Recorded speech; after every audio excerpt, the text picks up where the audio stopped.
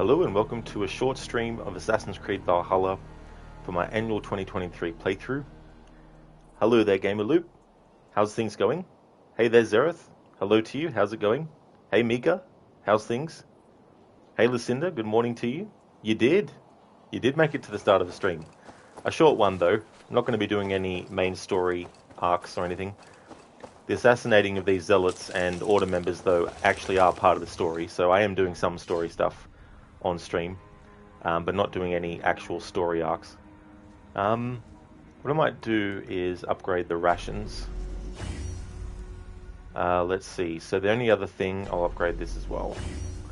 The only things that I did off stream was I got some other abilities. Got this one here. Axe Blizzard. Aim and throw a devastating barrage of axes. The thing about this ability is it's pretty redundant because it's literally the same thing as using your throwing Axe Fury.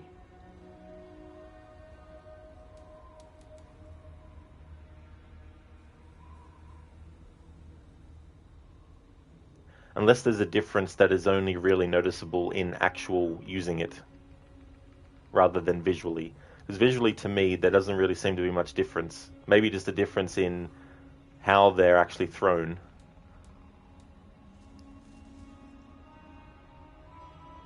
But it's the basic same idea. But anyway, that's what we got, and I also found Feign Death, where you can play dead. Which, I mean, this would be a good thing in some circumstances, maybe to get the enemy where you want them to be, but it'd be useless if there's an enemy not too far away from the other enemy. Listen, during this game, in order to advance the story, do you have to kill so many Zealots to move on? So in terms of the story that relates to the Order of the Ancients, which before the Templars existed, the Order of the Ancients were a group that the Hidden Ones were against. Hidden Ones / Assassins were actually against. So the Zealots are all part of that, including these diamond enemies. And to actually complete the whole story, you also need to make sure that you kill every single Zealot and every single Order member on here. There's so much other stuff to the story that you can do up to a certain point, but to actually finalize it, you do need to kill these Order members to get that whole thing to be finalized. Some of them are related to story progression, like these ones. Eliminate any target from the same branch to find the next clue. And some you have to explore or forge alliances to gain clues about them, their identity. But yeah, the Order of Ancients are a separate group from the Templars. They're not related.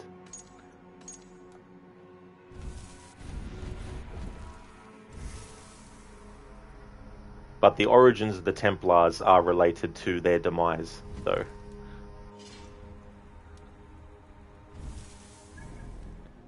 Okay, so we're not doing any story arcs where we go and pledge alliances. I'm going to leave that until tomorrow's stream. But what we're going to do is we're going to have a look and we're going to take care of some of these Zealots. Let's go after Horsa.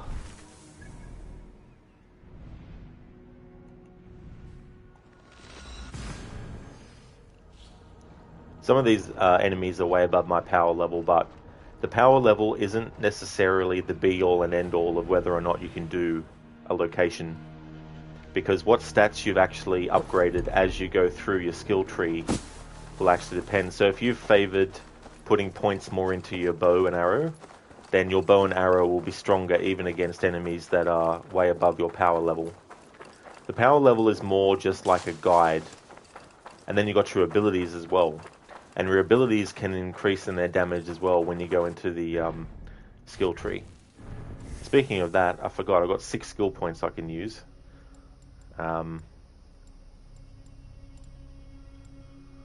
So ability damage means that my abilities, all of them, will do more damage.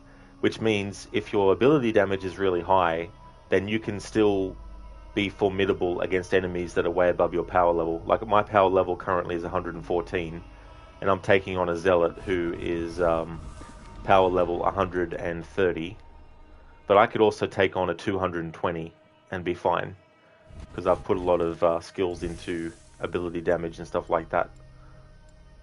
Speaking of, I'll add more to that, and more assassination damage. There's something I was working towards as well, I think. Or no, I was working towards something, but then already got it.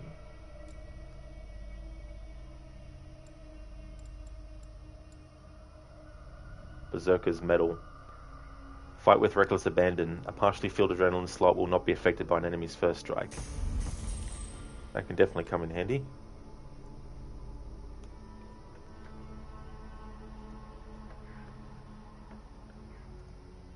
Sorry, Lippins, I don't accept people who've just created an account a minute ago, just in case you're a spam troll account. Sorry if you're a legitimate person, but I've had too much trouble over the years with a troll and a stalker, so I don't trust people who've just created an account a minute before they join the stream.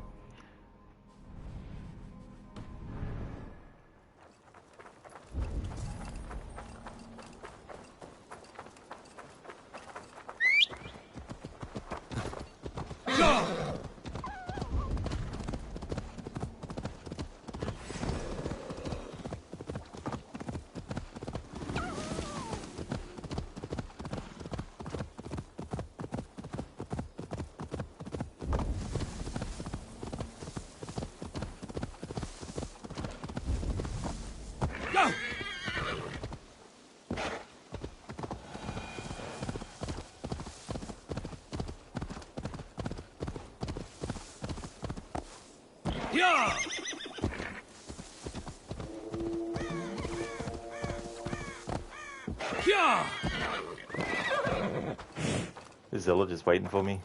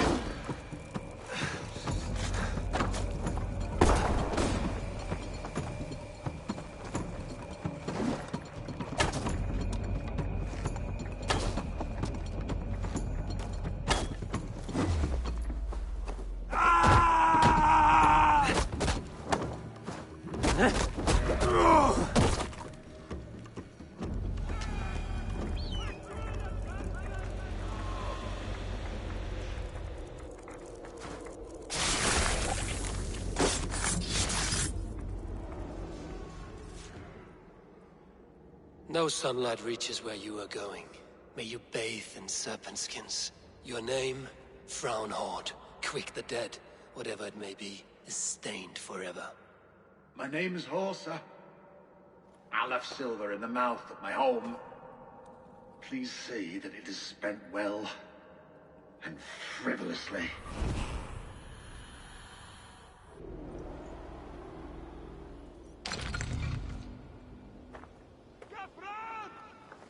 Kafram! Fluga! Fluga! Fluga!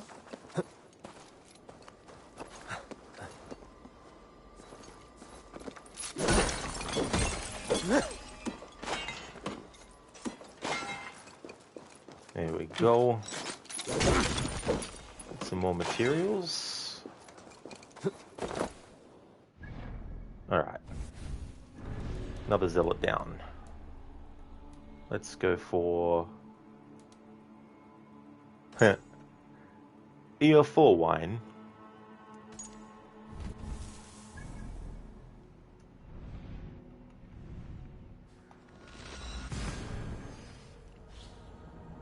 Hey there, Harbinger. Lucinda, you got the whole Sunday to yourself. Excellent. That's good. Mr. Gote, Sunday's the best day. It is. Unless you have work the next day or school the next day, then Sunday's a bit of a drag. I remember when I went to school, I would always hate Sundays because it reminded me that I had to go back to school on the Monday. So for me, Fridays and Saturdays were the best. But then on Saturdays, I'd be like, well, tomorrow's Sunday, which means the next day's Monday, which means... Which, in a way, like it is kind of like a negative way to look at it. A more positive way to look at it would have been, well, Sunday is still a whole 24 hours of time.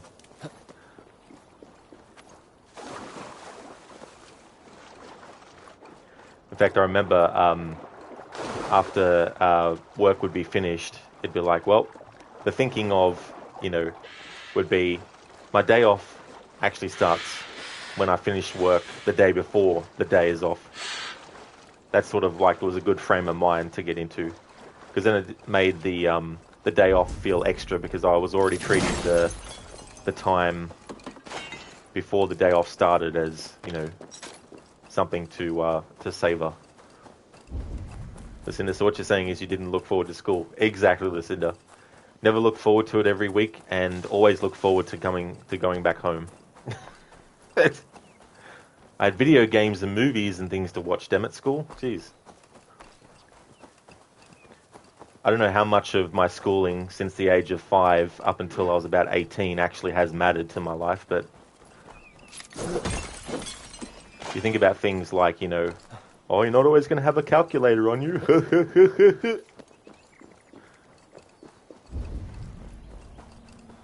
Hey, pigs, who needs education when you have video games? Well, I mean, there's definitely opportunity for video games to be teaching tools, but I remember one time they were talking about adding, no joke, studying Star Wars to the curriculum.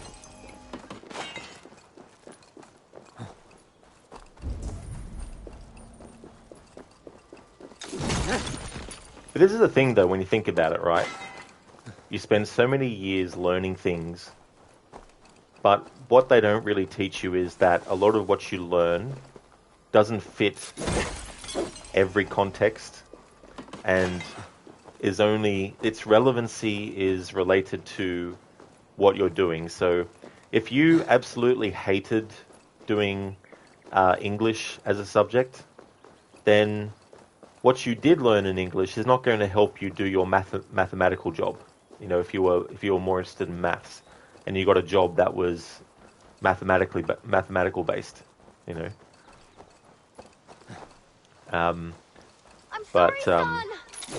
just so much stuff that you learn that doesn't actually matter. And the thing is too, sometimes by the time you get to the point in your life where you need to utilize certain things, new things have happened in that time that make what you learn actually less effective or completely and utterly useless as well.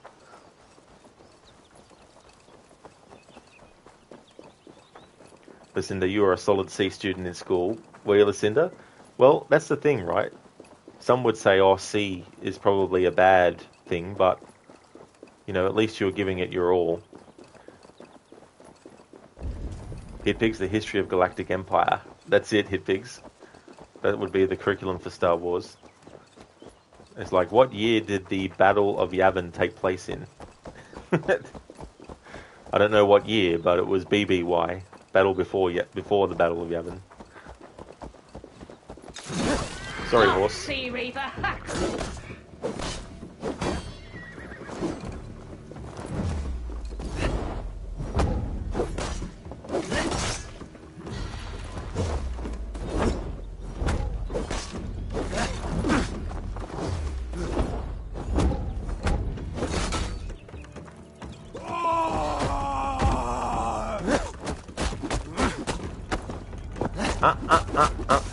Game.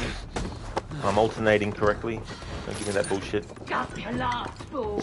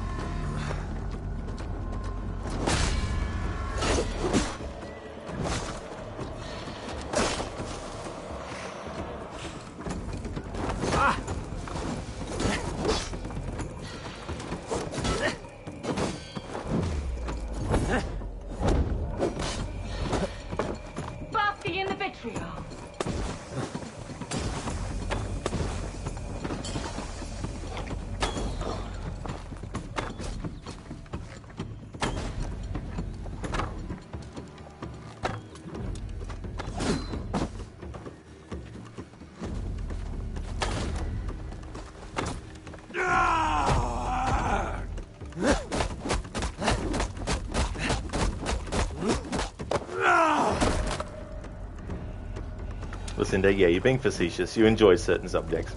That's it. You know, there's always those subjects that we really, really gravitate towards and that our focus is on strongly. And when you're trying to learn stuff that you're not really 100% interested in, well, I know for me, if I don't have 100% interest in what I'm doing, my concentration and attention level for that thing is very, very minimal.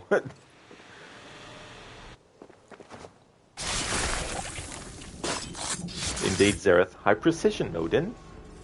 How's it going, Zereth? A worm came creeping. He tore a man in two. Then Woden took 9 glory twigs. Is this a prayer, an offering, or a final vestige of your oath?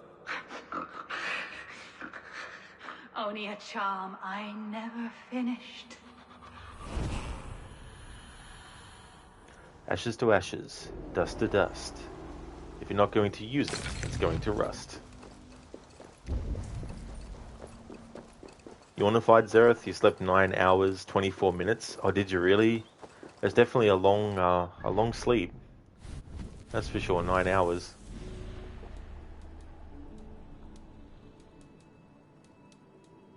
Alright, let's take on someone way above our power level.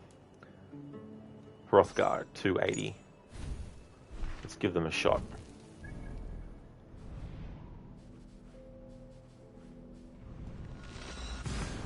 Put the stats of upgrades that I've gotten to the test.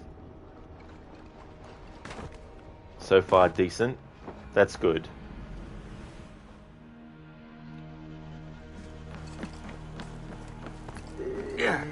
Hello there. Goodbye there. Oh yeah.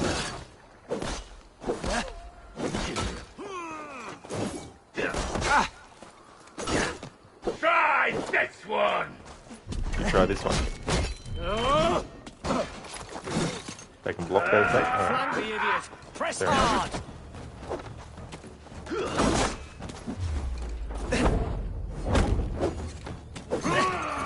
I see what you did. I'll have your head! Curse your luck!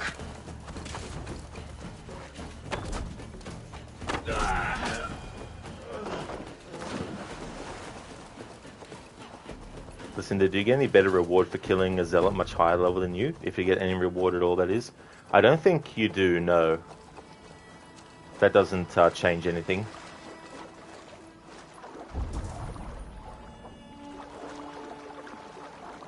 I mean, I really think the zealots should have been optional.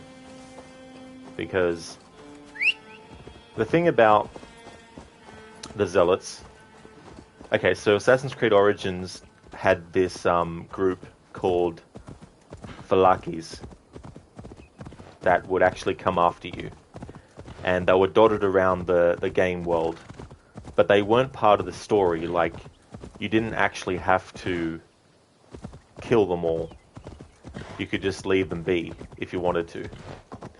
And then Odyssey brought in the idea of having a system, a bounty system, where if you steal, if you kill an innocent person, you get bounty hunters after you who are essentially mercenaries who come after you, and they can come at you at any point in the game world.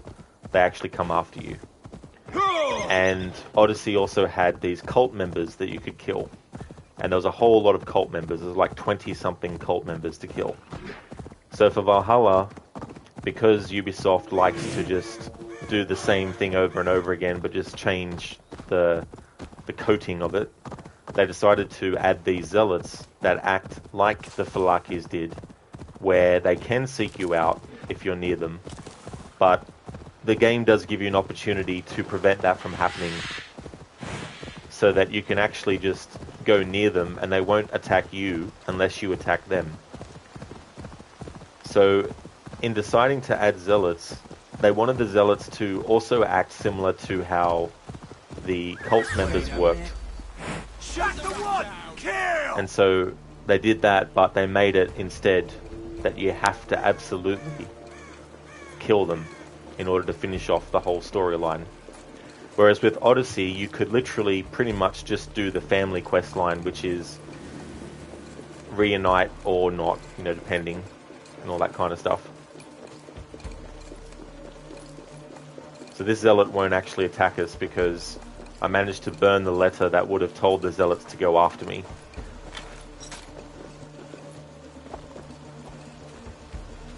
Lucinda, interesting, also making an already long story take even longer.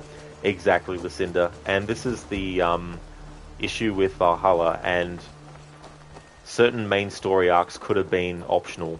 And I think that would have been better, because if they were optional, it would give the player more of a feeling like they're actively participating in deciding which region to go with. Because the thing about this is, it'll let you choose which regions you want to leave for as long as a certain point, but it won't let you do that forever. For example, there might be an area like Granite Bridge, for example, one of the first story arcs that you can access in England. And you can leave that for as long as you want, but the game won't let you progress to a certain point in the story until you do that story arc. And then it'll give you some more options for different things. So I was able to actually put off doing this Oxenfordshire story arc, which will take place around in Oxenfordshire here. So I've actually held that off as long as I possibly could, but I'm now at the point where the game won't let me go further into the story unless I actually finish the Oxenfordshire story arc. But I truly feel that what they should have done is made some of those regions optional to forge alliances with. There's a king that you need to help. Well, you need to help him become king. And it's a story arc that is pretty self-contained, and I feel that that one could have been one of the optional ones if they were to go that route. Because it doesn't really add too much. Like, there's some good, like, story kind of, like, lessons to be learned for the characters involved and all that kind of stuff. But it doesn't really move forward the main crux of things. And so it sort of leads to story arcs where, especially on replays, you might be like, oh, not this one again. You will be broken. Indeed. Alright, so that one is a one-hit kill. But we're going to try again until we kill this enemy, because I'm stubborn like that. Listen to walking alongside your enemy like your best buds, and they're completely ignoring. Exactly, they're just like, how are you going today? Hope your day's going well. Nice weather we're having, isn't it? I will crush you.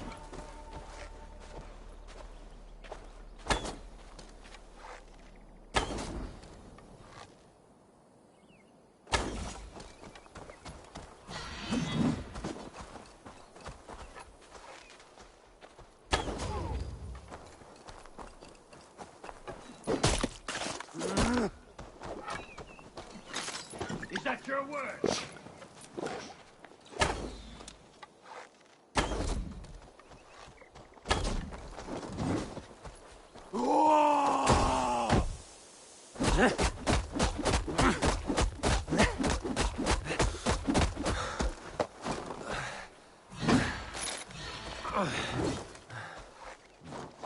Now.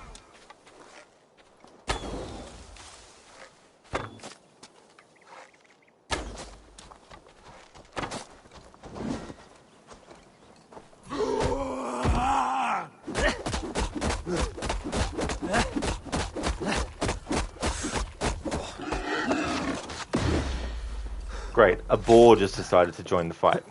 Brilliant. Love it.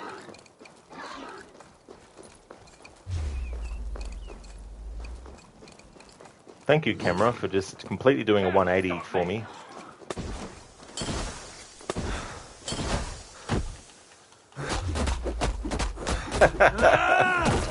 What a glitch.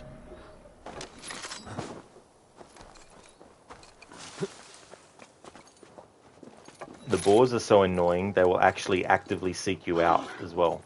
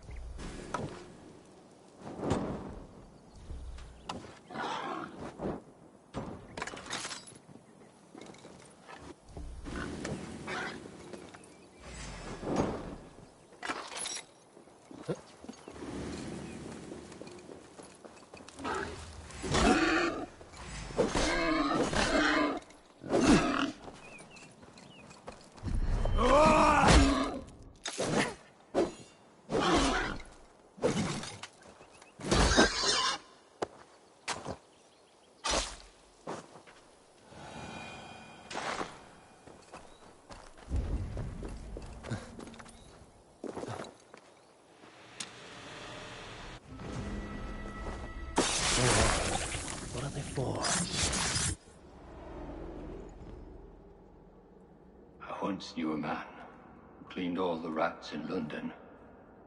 He took his time. They loved him, and he loved them. They lived freely. Who came to see him for a scrub. Rats have a certain freedom, but they feed on shit. It's a coward's freedom. A Valhalla for the vanquished. It was like, whatever, just give me the fucking token. I don't give a shit about your poetical, political, sociological, like, doesn't care about that. Just give me your fucking medallion and shut up. Thank you. Let me tell you a story about something that you don't give a shit about, but I just want to say some things before I die. And they was just like, just give me the fucking medallion.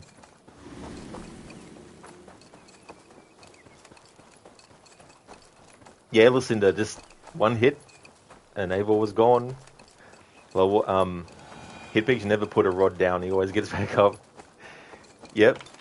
Lucinda, nobody puts rod in the corner. That's the thing, that's, like, there definitely are games where I will strategically decide that it's best to come back later and try again.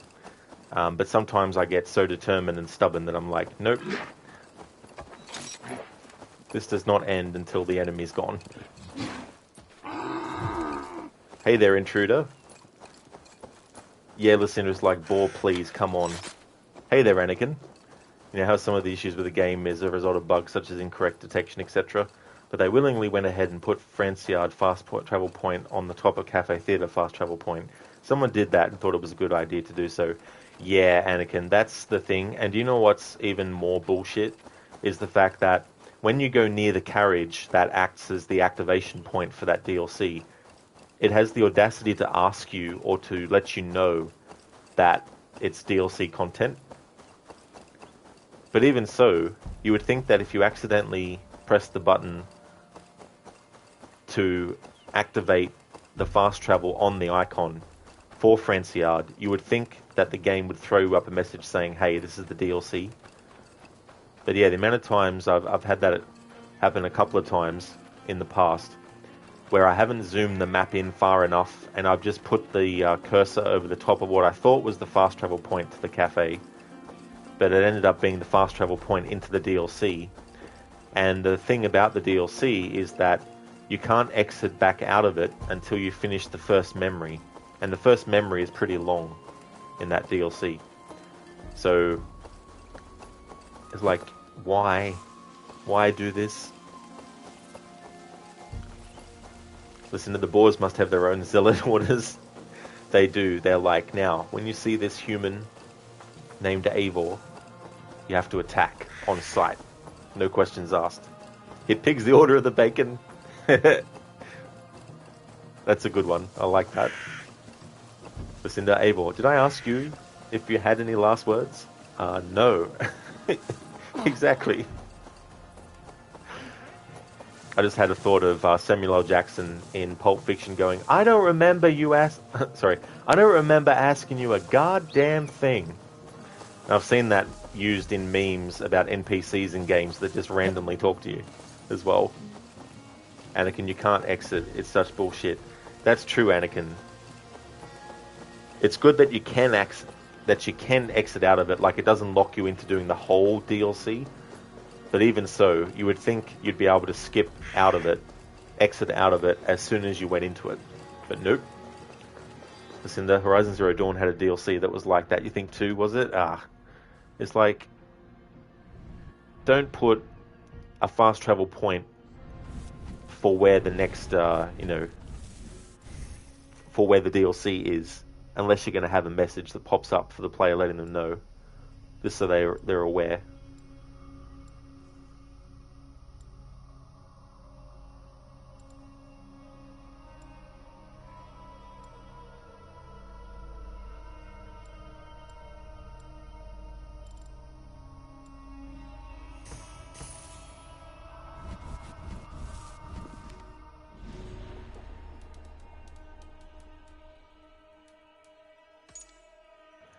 Let's go and take care of Corlin.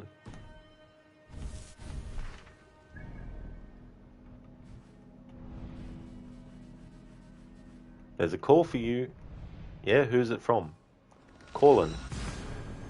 Yeah, I understand the concept of getting a phone call, but who is the person calling me? I told you, calling. Yes, I know, as opposed to texting, but who is the person that's calling me? Literally. I am literally telling you. Calling is calling you. And then they go, fine, I'll answer it. Hello. Oh, Colin, it's you.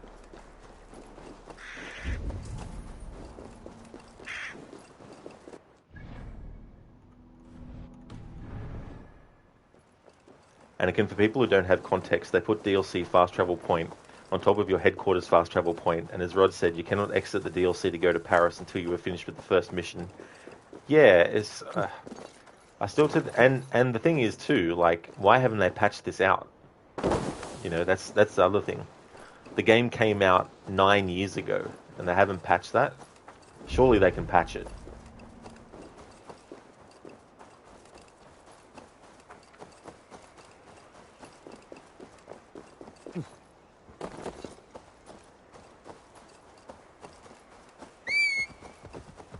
Let's go, Loki. The horse doesn't actually have a name in this game, but this playthrough, I decided to call it Loki. So come on, Loki, let's go.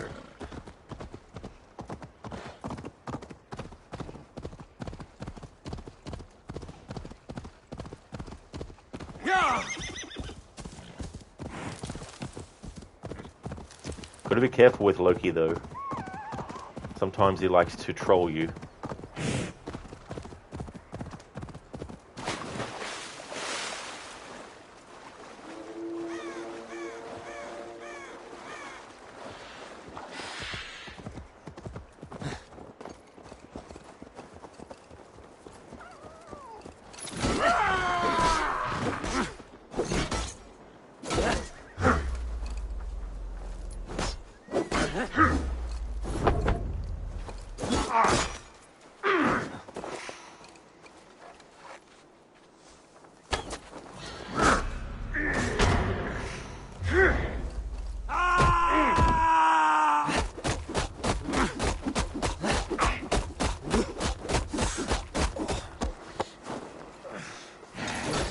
Enjoy your final breaths.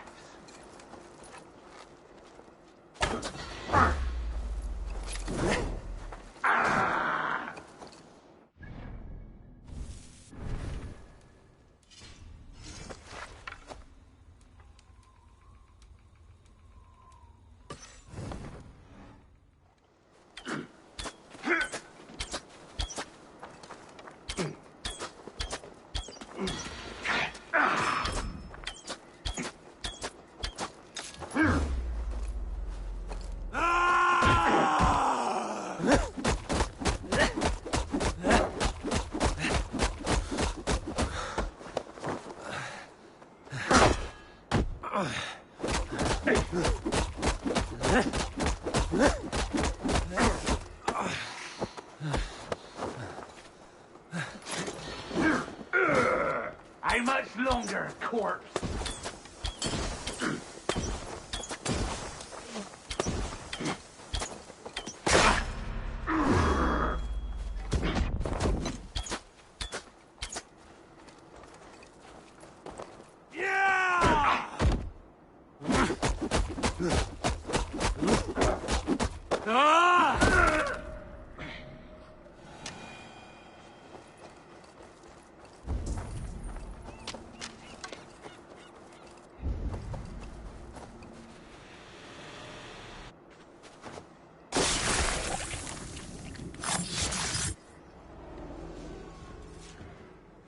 I often awake in my vagrancy, shaking and sweating.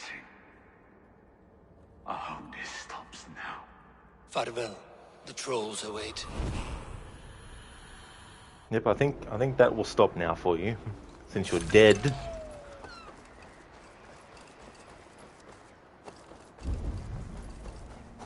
Unless you had a bank account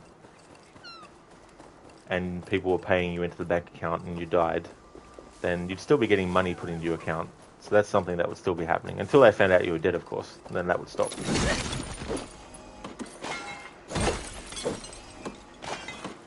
Harbinger, at least there is one good thing in this game. The horse can swim. That's true, although you actually have to use silver. You have to spend money to train it to actually swim. Whereas in games like Red Dead Redemption 2, you don't have to worry about that. I applaud them, though, for adding the ability to have the horse be able to swim. But it would have been good if it was just something that they freely added into the game.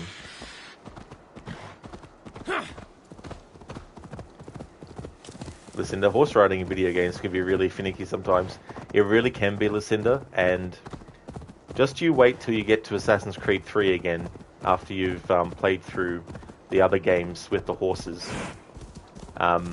With Brotherhood, you had to have some special thing on your computer, some SSD or something, for the horse to actually reach full speed constantly, wherever you go.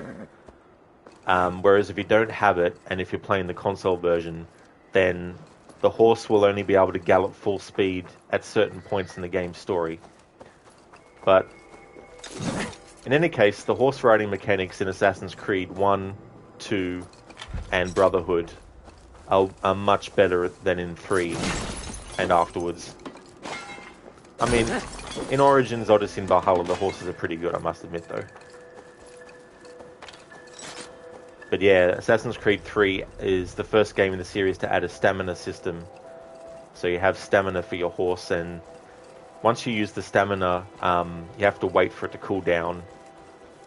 And in some cases of the story where you would want speed, the game won't let you go full, won't let you gallop. Even in the remastered version, it's the same deal.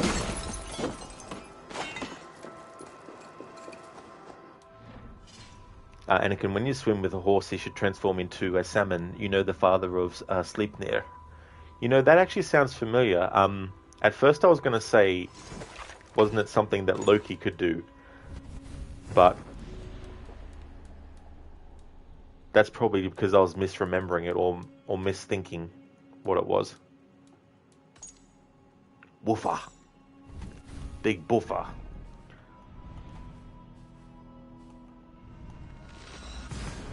Yeah, Lucinda, it's very weird. Because there was some special thing that Ubisoft had with a certain company when they were doing Assassin's Creed Brotherhood on the PC.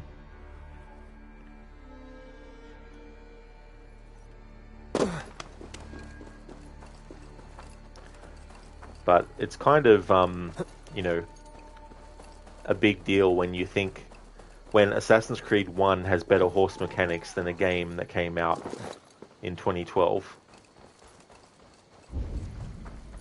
And after Valhalla, you read about it. The builder has a horse called Svadolfar. Is that supposed to be Fari? Svadolfari.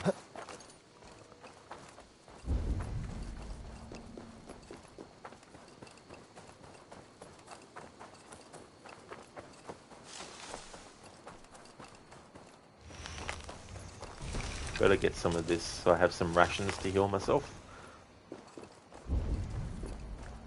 I've just invented the first thought-controlled air freshener. It makes sense when you think about it.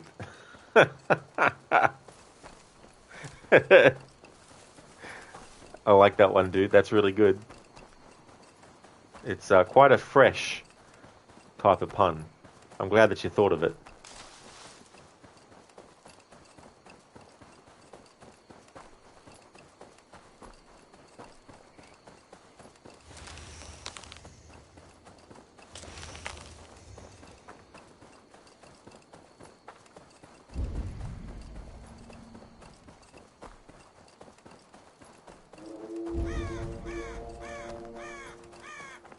I sent for your thoughts, precious. Gollum. I don't know if you could make sense of Gollum's thoughts, considering there's two personalities with separate thoughts. Oh yes, precious. Yes, I'm nice and we kill them all. Anakin, the builder is building the wall Odin ordered quite fast. If he manages to finish it, he will marry Freya. He's building the ball so fast thanks to Svadolfari because he is pulling stones to build the wall very quickly. In order to interfere with it, Loki transforms himself into a horse. As a result of this relationship, Odin's famous ride, Sleipnir, is born. You know 100% if Loki was a mare or a stallion. Ah, I got you, dude. Yeah, so Sleipnir, that's his horse, Odin's horse, yeah. Yeah, it always interests me when they take the Norse mythology and they add their own spin to the figures from that. I mean, I don't know how, if it's offensive to, you know, the original stories and stuff, some of the changes that they make and all that kind of stuff. But I mean, Hellblade is another game that uses Norse mythology as well in the stories that Druth tells Senua. Oh, I need to say something too. I forgot. The Zealots aren't part of the stealth challenge, which means it's okay if I get detected by the Zealot. And predatory animals, if I get detected by them at any point, it negates any other detection. I see we're in a bear colony now. So.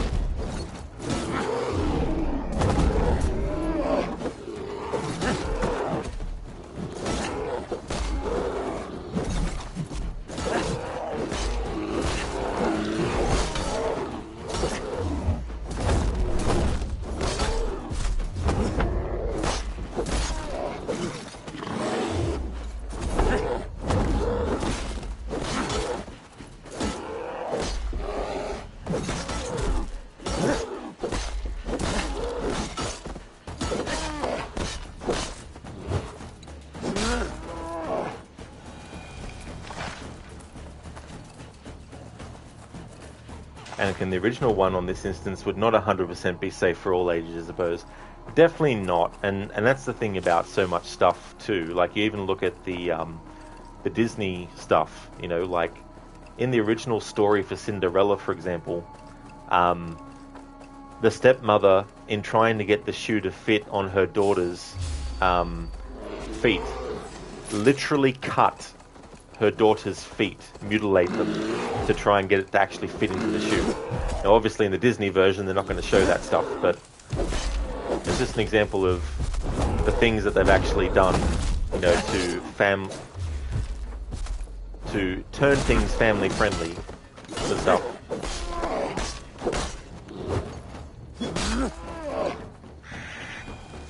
That is a lot of bears, Anakin. There's like a bear conference or something.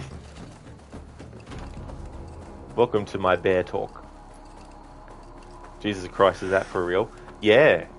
Unless I might be adding some extra details without realizing, or maybe not, but I'm pretty sure I remember reading up on the original version of Cinderella and that there was some kind of mutilation that was being done. Maybe they themselves mutilated their own feet to try and make it fit as well.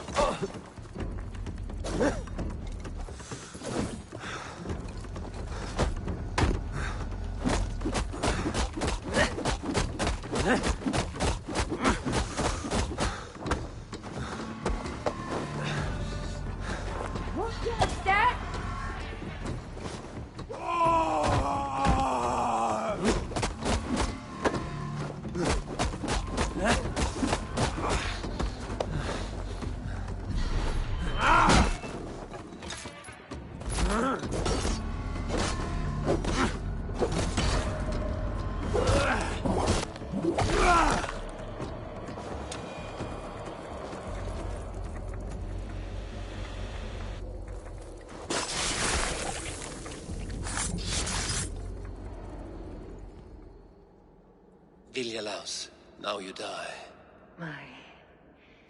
My sword is lost.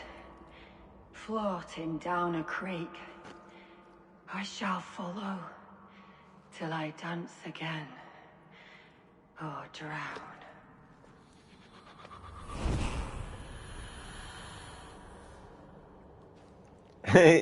Yeah, Anakin. Thank you so much for the GGs. Yeah, that's the thing. Like, their power level was way above mine, but it's really more what stats you've put your skills into along the way. Things like ability damage. I've put a lot of skill points into ability damage along the way. So that's why when I do that charge and bash, it does a lot of damage.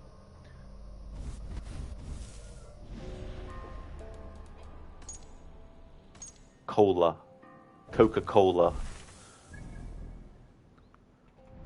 Would have been funny if they did a character called Pepsi as well.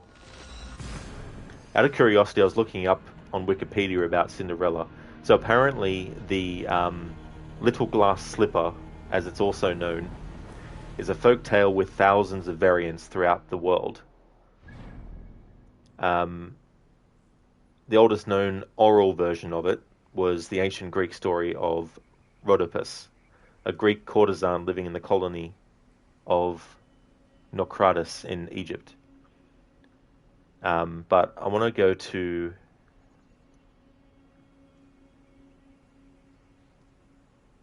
the version with, I think it's the Brothers Grimm version. Here we go. Another well-known version was recorded by the German brothers Jacob and Wilhelm Grimm. This version is much more violent than that of Charles Perrault and Disney, in that Cinderella's father has not died, and the two stepsisters mutilate their feet to fit in the golden slipper. There we go. So the two stepsisters are the ones that mutilate their own feet to try to fit it into the actual golden slipper. There's no fairy godmother in this version, but rather help comes from a wishing tree, which the heroine had planted on her deceased mother's grave when she recites a certain chant. Now I can actually see why they probably wouldn't like that, because Disney didn't want, people to, learn about witchcraft. So I can understand why they would change that in the Disney version to not recite a chant. In the second edition of their collection, the Brothers Grimm supplemented the original 1812 version with a coda in which the two stepsisters suffer a terrible punishment by the Princess Cinderella for their cruelty. Hit Pigs, they have that version, Into the Woods. Oh, do they? Hit Pigs. So that's in that, is it? Yeah, I don't think I've ever seen that. It sounds familiar, though. Into the Woods. Yeah, I don't think I've seen anything of it. Listen, your favourite version is the Ever After movie with Drew Barrymore. Oh, yeah. Yeah, I remember... I actually remember when that came out. Like, I didn't see it, but I was watching a movie at the cinema that actually had it as a trailer.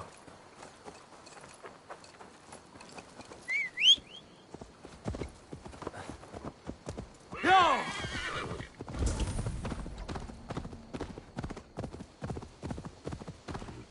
Lucinda, it's literally in your top 3 favourite movies of all time. You love it. Oh, that's cool, Lucinda.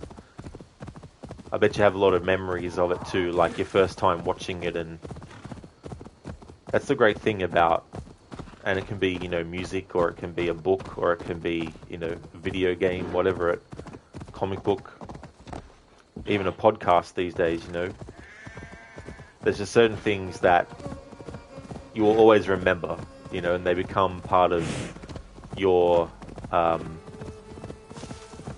kind of like collective knowledge, I guess, too, of things, pop culture references and stuff like that.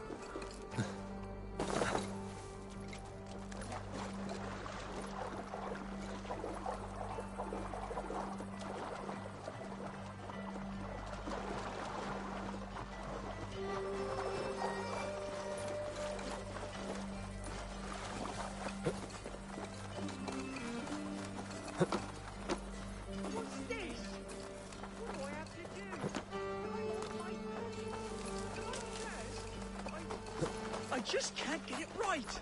Stupid. You're stupid.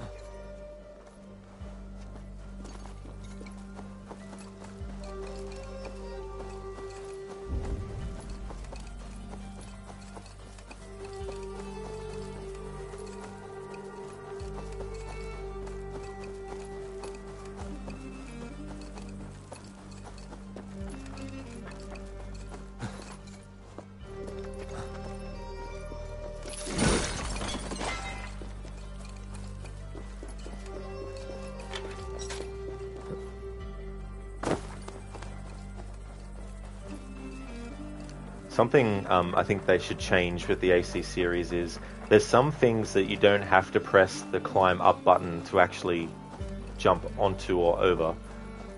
Some things you just literally hold the control stick, like that little thing there. You don't have to press anything when you're actually going off of it.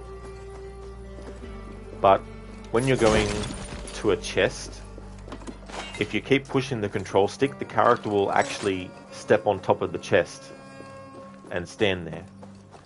And those kinds of things, I wonder why are they even a thing in the Assassin's Creed games, because surely the only side that a chest needs to be accessed from is the front of it. And therefore, why would the chest be programmed as an object in the game world that can be climbed on by simply moving forward? Now, I can understand if you want to use the chest as like a way to get up higher onto something, but that's not what I'm meaning. I'm meaning if you're literally just going to the chest to open it, then the character shouldn't be able to just jump on top of it because you've held the control stick just a bit too long. Like little tiny detail things like this, I don't know why they don't rectify it. I don't know who makes the decision, and then I don't know who signs off on that decision and ultimately says, you've come up with a good idea, let's put that in. I don't understand that. But surely they can make all the chests in the game world only climbable when the player actually presses the button that makes the character scale something. If I want to climb this rock, it doesn't matter how far I push the control stick. Eivor is not going to start climbing up unless I also press the X button. You know?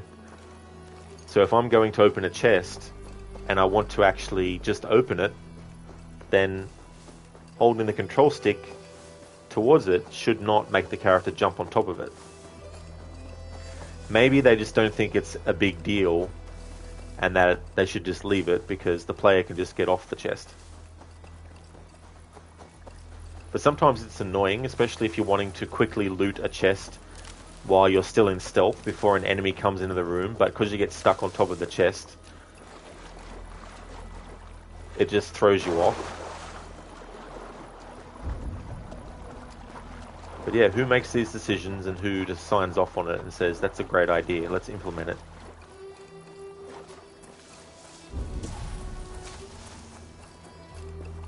Like, I know that there's people who do, you know, testing and all that kind of stuff on things. And the thing about that is, I wouldn't say that the people who are hired to do that are at fault for these things, because who knows what things they've discovered that they've gone to whoever's in charge of that whole thing and said to them, hey, this is an issue. And the person has probably said, that issue is so low priority that we don't even care if it's in, so move on and test something else. You know, who knows what testers want to actually get fixed, but the person in charge is just like, forget about it. We're not going to waste time on that little small detail to get it right. But yeah, whoever is the one that signs off on it and says, hey, this is acceptable, they'd be the one that I'd be going to, how come this is the thing? But then there's another side to stuff too. I don't think that criticism of something should only be made by those who have experience in the thing they're criticizing. For example, if I have someone who shows me a picture of a scene depicting someone mountain climbing, I'm not a mountain climber. So I might completely be unaware of the fact that the stance that the climber has is not realistic as to what type of climb they're doing or what kind of texture. You know, but I could look at that painting and say, I don't really like that painting. And my answer to why might not be able to be technically described, because there's just some things that you just know aren't right about something, but you can't put your finger on it. And you can't describe it properly. And so the person who is actually receiving the criticism needs to kind of try and translate that as much as they can into, okay, So the person is telling me this. They're not an expert or researched in this area, but they can tell that something's not right. So I need to take another look at this, and maybe get someone in who has experience and say, you're an experienced climber. Look at this picture that I've painted. Is there anything about it that doesn't look right? And then the person who's experienced might go, well, the pose is all wrong for a start. And then they'll fix that thing right. And then they'll take it back to the person who originally criticized the work. And they'll be like, that looks great. You fixed the thing that was wrong. So when it comes to testing a video game, I haven't tested a video game. I'm not experienced in programming. So from a technical standpoint, there's probably some things that I'm complaining about that from a technical standpoint, I'm wrong about the solution for, But even still, things like that should still be taken into account, because you just want to make sure that you get the best result possible. And the other thing is too, going back to that painting analogy I used, maybe the artist doesn't care that they haven't realistically depicted something. Maybe the artist wanted to depict it unrealistically on purpose. And that's where the difference in what person's intentions are versus the reality. Like, for example, you could work on a book and you could write it and you go, this is my best work. I absolutely think it's awesome. And then you get someone who goes, this is complete and utter crap. I hate this book. Your writing is atrocious. And it's like, well, why is it atrocious? It's like, I don't know, but there's just something about it, And sometimes that feedback is just not helpful, So I think as much as possible, feedback when it's given should be translated to the best of the ability that can be. And, try and get someone in and go, hey, this person told me they didn't like this painting because of this reason. What do you see? And they're like, well, you painted that part. They're not doing the thing right. And that might have been what the person was criticizing the work about, but they didn't know how to actually say that. They weren't experienced in climbing a mountain, so they couldn't tell you, as the artist, that the reason they didn't like it was because you got the pose of the climber wrong. Because the feedback they might have given is just, the climber looks stupid, or something like that, And it's like, how do you translate a criticism like the climber looks stupid into, oh, the pose is wrong? It'd be like me trying to explain to you that I'm talking about an orange when I don't use the word orange at all. Yeah, there's this round thing. You can eat it. Can you tell me anything else? It's a round thing and you eat it. That's what it is. It's a round thing. You eat it. Yeah, but what is it? I've told you, a round thing. You eat it. Oh, you mean a lime? No, that's not what I'm talking about. But it's round and you can eat it. It's like, yeah, but that's not the thing. You know what I mean? Like, how do you translate that? So it's kind of like you got to try and figure out what the complaint is. So when I complain about that chest thing, maybe there's a reason why they can't program that so that the character doesn't go on top of the chest when you simply hold the control stick in that direction. Maybe there's a technical thing that I'm not understanding about it.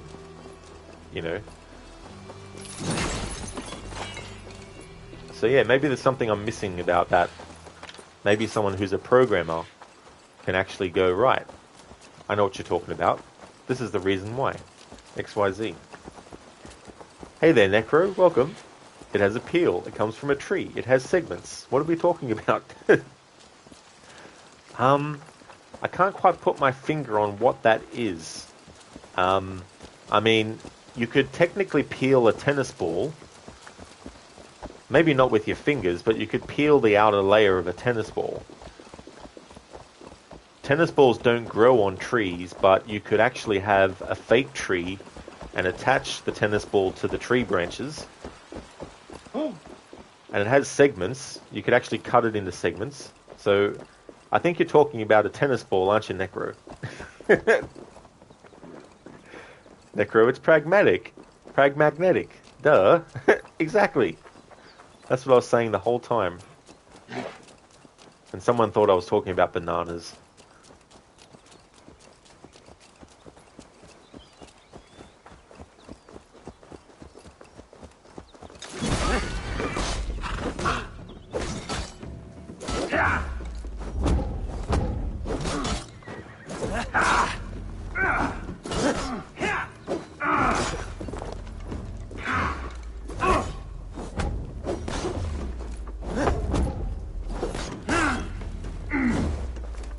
I just thought of something.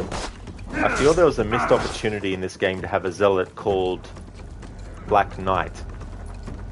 And the zealot, when you actually kill them, Eivor chops their legs off. And then before Eivor actually finishes them off completely, the zealot's like, "Oi, I'm not done with you yet, come back here." And then Eivor's like, "But you've lost." It's like, "No, I haven't. I can still defeat you." And then Eivor just cuts their head off.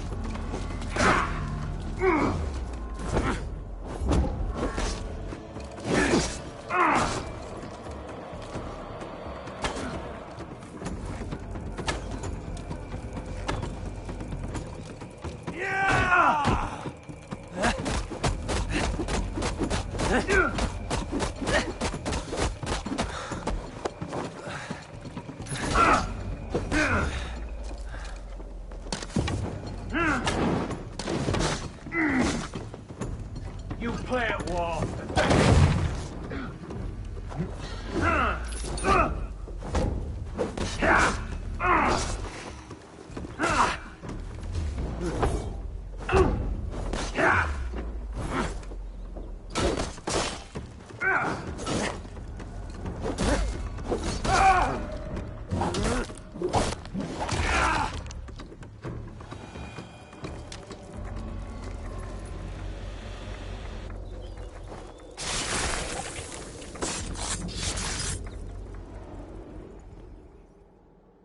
This is a mere moment. No one will remember it. No one. Not your name, nor mine. It all ends up the same. Regret torments you. My only regret is losing to whatever you are. You reek of fading glory. Says the one dying.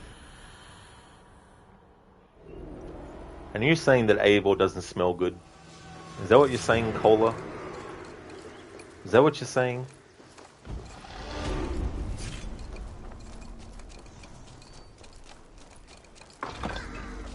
Listen to another Monty Python reference from you this week. I was actually watching some interviews recently with Terry Gilliam, who was part of Monty Python. He did a lot of the animations and stuff for them. Plus, he was also acting in a lot of roles as well. And so that's kind of... Although, to be fair, I can randomly just think of Monty Python as well. So it's not always reliant upon reading or listening to someone talk about anything similar to it. Necro and the heads say, we'll call this a draw. And then Abel's like, bloody hell. Anakin, following that idea, would you consider naming your horse to Patsy in this playthrough? Patsy. But this is the thing, Anakin. We wouldn't really be true to it because when Eivor was actually on the horse, like if he whistled for the horse and a pair of coconuts appeared, then that would actually work.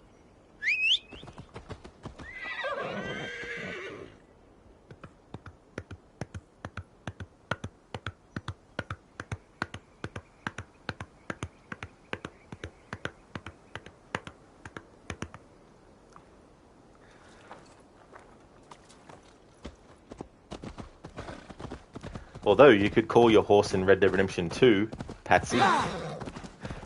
In my annual playthrough of Red Dead 2, which will be resuming soon, I named the horse Gavin. For my brother! Die!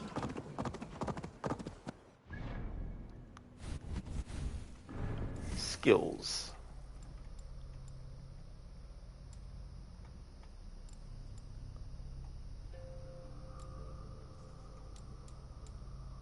Stealth Adrenaline. Arrow Reinforcement. I think there was a skill that I haven't gotten that I probably would like to get.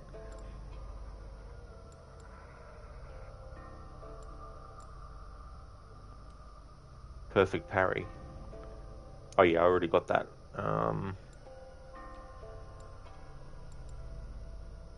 Let's do that so we can increase some health as well. Alright, so in terms of Zealots, we have 3, 4, 5, 6, 7 left.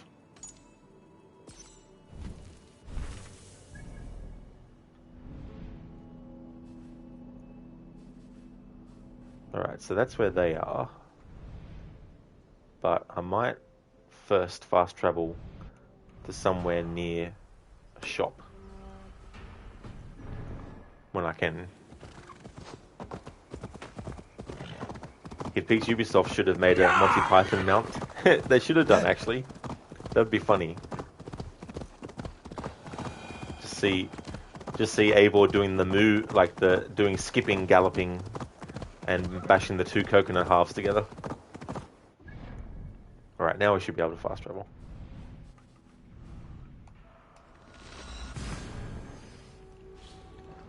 So once I'm done with the Zealots, any order members that are there, I'll actually take care of them in this stream as well.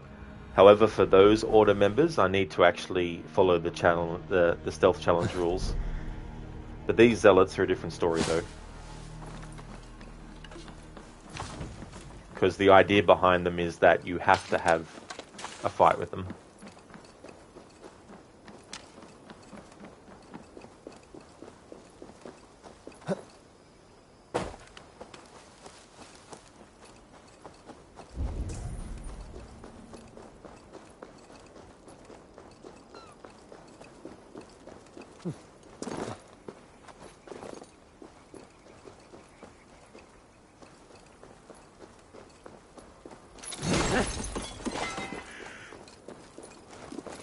Anakin Mounty Python.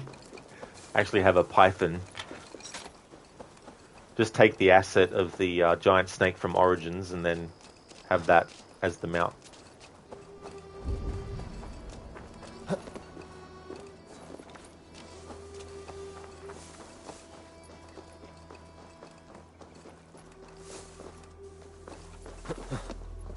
Alright, while I'm here at the traders, merchant, selling person thing. Come, see my wares. Where are they? You never know when this might come in handy. May as well just get that iron Seems ore, like you're expecting trouble. all that leather, and just refill the arrows. Reach max arrow capacity. Even on the hunter ones? There we go. Alright. You have an eye for craftsmanship. Sell trinkets. This will be perfect for someone else. Nothing else? Nope, that's a lot. I must take my leave. So long. Clipping. Love how the hair's clipping through the shoulders. I wonder if we'll ever get to a point in video games where clipping never ever happens anymore. Don't think so, though. This is the thing, right? When you think about technology, especially technology that is now commonplace, but a long time ago was just the thoughts of science fiction. There's always something that never ever gets fixed, and that is the fact that there will always be issues with something. There's always going to be something that won't go right. There's always an element to something that will break down and not be usable anymore, no matter how advanced the technology gets. Like, even if we were able to create teleportation technology, alright? Now, if they ever do, when we get to the point where it's gone through human testing and the human tests have been 100% successful, even then, there's no guarantee that something might not go wrong in the process. So even the greatest technology can be brought to its knees by something that breaks down or goes wrong and doesn't work as intended.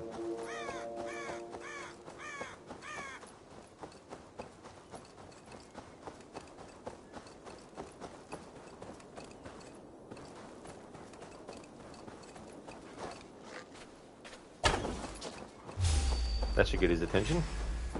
Or her attention.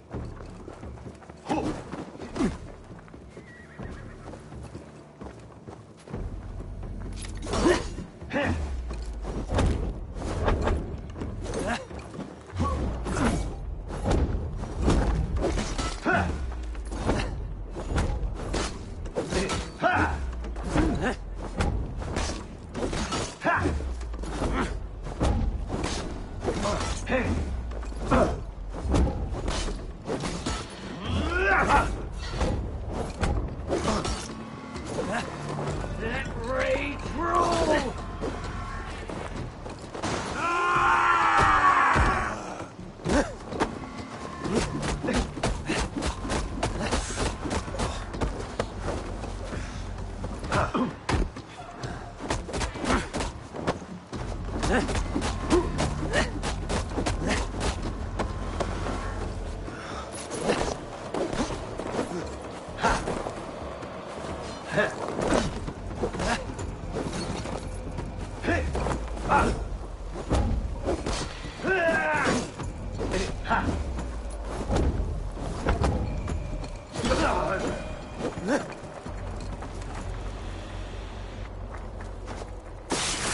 Let's see what this zealot has to say for himself.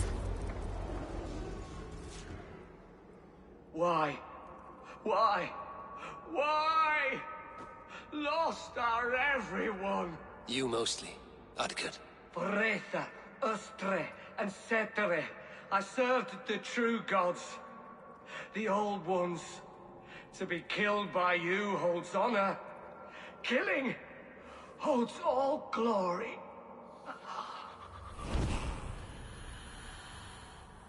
Thank you for your TED Talk.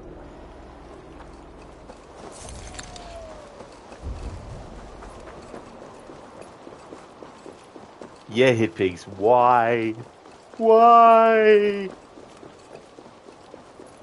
Is the second last letter of the alphabet. Unless you're counting the alphabet backwards, in which B would be the second last one.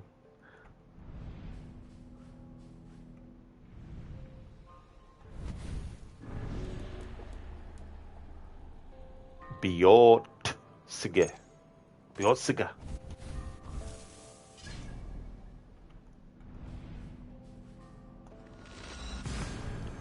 Ah, Gloucestershire. So there's something that really annoys me in this game that has not been patched out since the game came out in 2020. So there's this mask, right? And the mask is supposed to only be worn in that story arc for the actual intended festivity that the mask is relevant for. But there's a glitch where even after you've done the story arc, the mask will sometimes come back on your head no matter what you do. And then sometimes even story arc after story arc, it'll just randomly come back on when you go into that area. And it was like, just program it to actually be relevant in the relevant point of the story. Don't make it be something that constantly pisses the player off because it's not fixed. So yeah, after you do that, it always comes back, no matter what you do, no matter how far it is into the story. Like, once you've done that part of the story where it takes place in that region, you would think, okay, the mask comes off. But nope, every time you fast travel to that region, it'll be put back on automatically.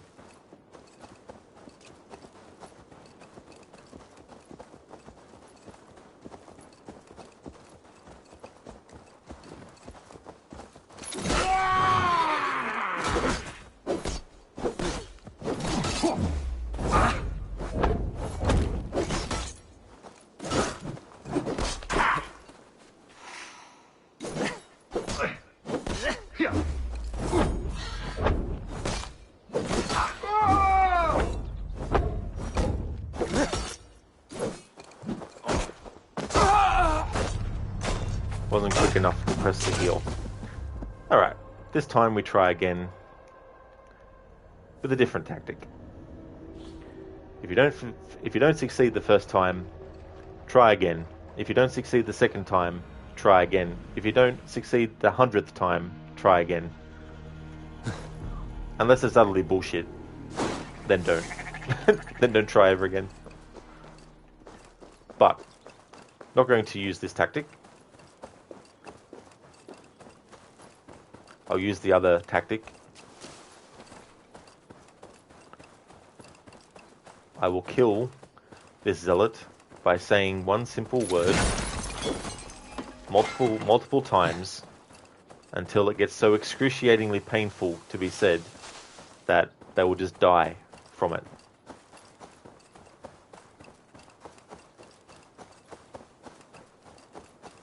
It's a word that is just so soul-crushing, so bone-crushing, so vile and despicable that to utter it results in the most excruciatingly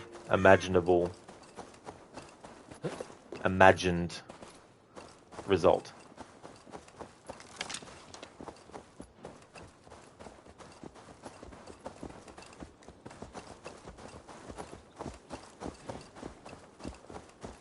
Neat!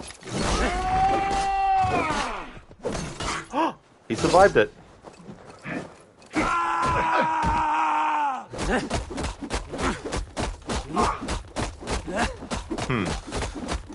Next time I need to show him the joke that kills people when they read it.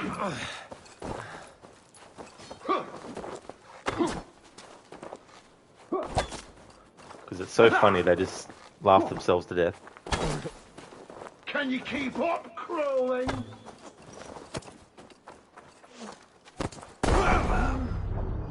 You motherfucker. Putting your bomb patties all over the fucking ground. Jesus Christ. Necro rage quit. It's like, "Arr! Fuck this, fuck that."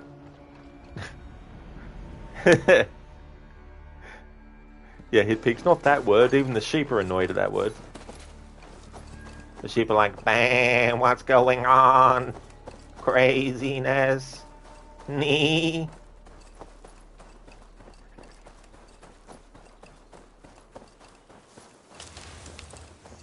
Thank you so much for the follow, Lil Redneck 977. Alright, this time the gloves are coming off. Not that I have any gloves, but I just wanted to use that phrasing.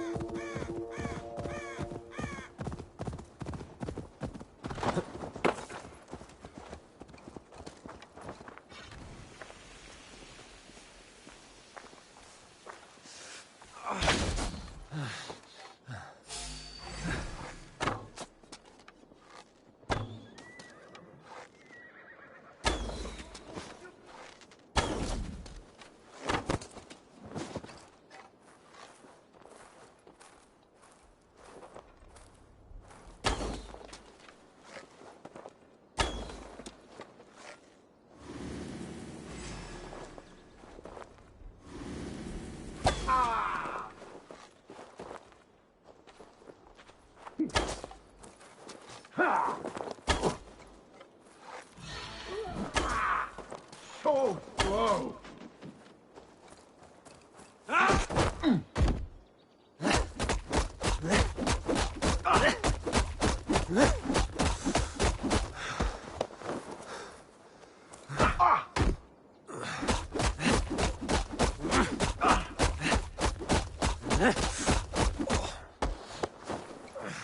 Lost your battle, lost?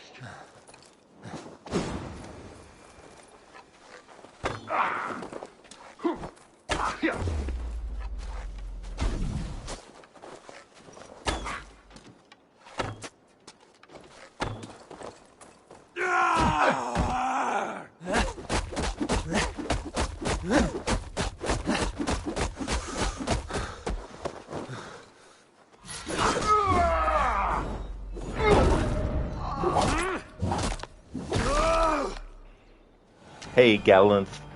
How's things going, dude? Welcome.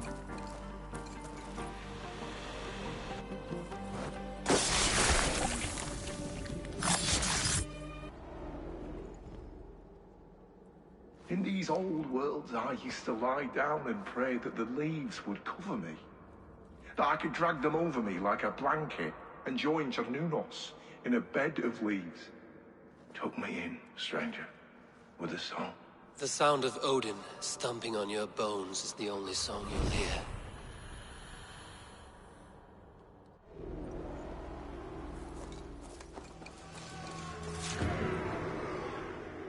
Okay, game, what do you want me to look at? The grass or the sky?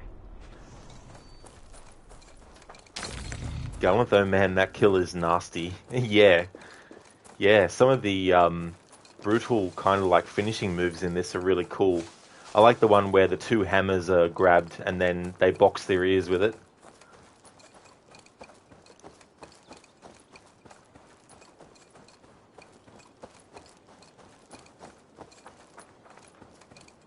I don't know how to pronounce the full username, so I'll just say thank you, Volva, for the follow.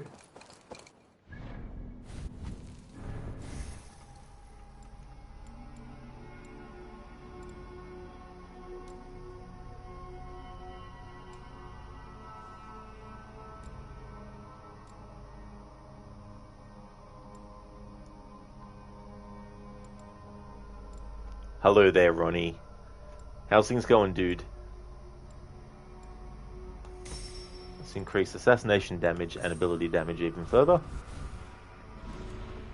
Alright, so that's all the Zealots on the right side done. Time to fight Oscar the Grouchy Zealot.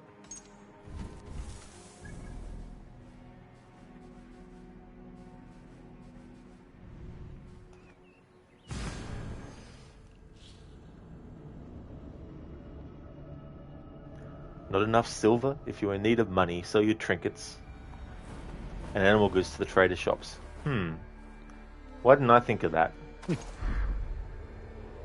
you're telling me, game, that there's a way to basically take the resources that you've collected and also sell them to the traders?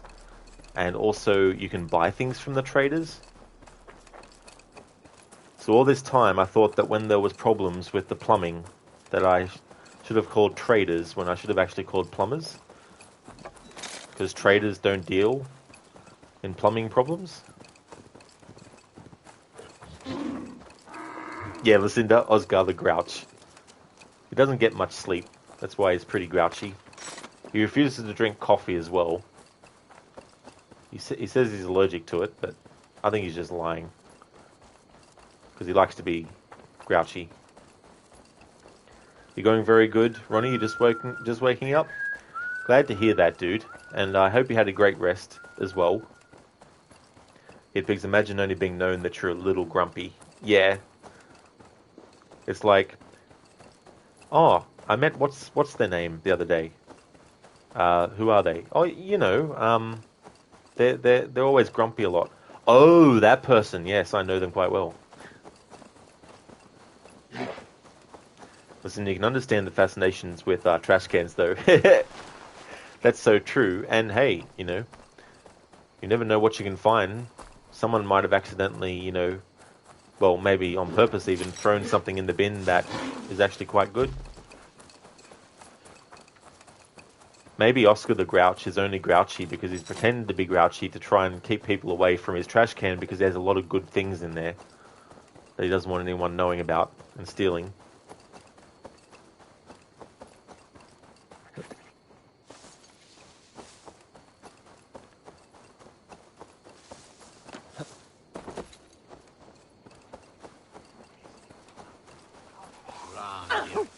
Don't mind me.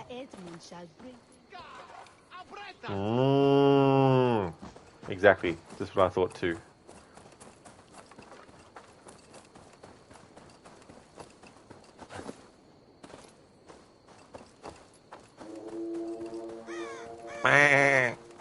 Exactly. 100% agree.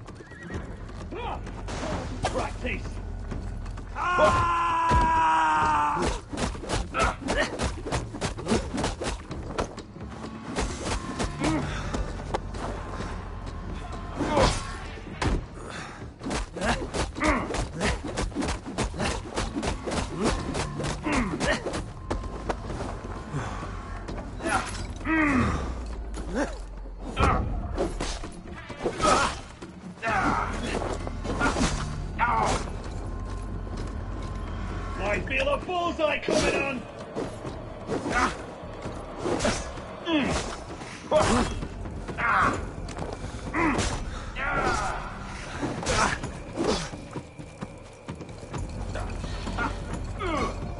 Now you're getting the shot!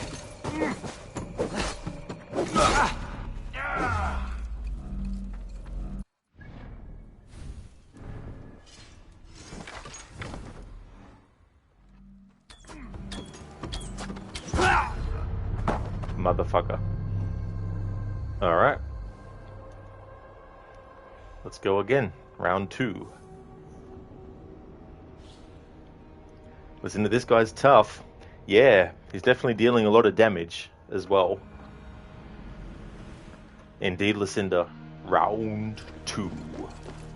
Fight! Ronnie, you will rename him Oscar the Jerk. I definitely agree. That's what we should change his name to. Oscar the Jerk.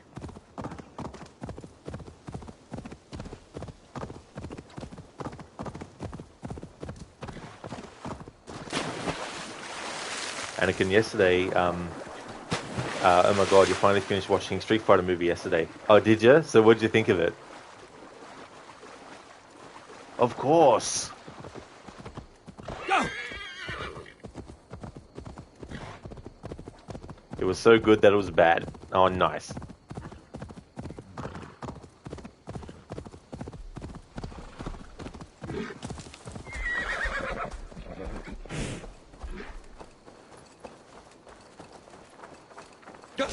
That's enough! Strike with me!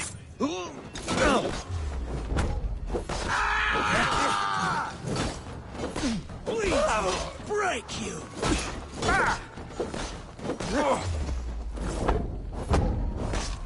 I'll keep the rat busy! Curse you! Hey! Don't suffer!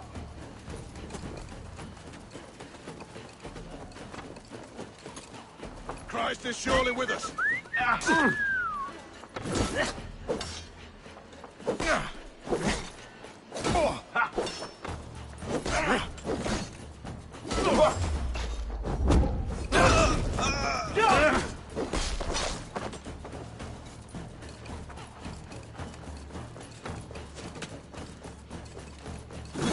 Remain steadfast!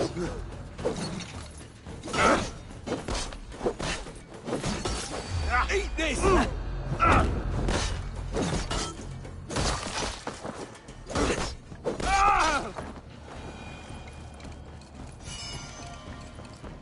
Alright, so that'll get me the third adrenaline bar filled up. And considering in its bad context, they could have used Van Damme better. Van Damme has martial arts background, right? That's true, he does, yeah.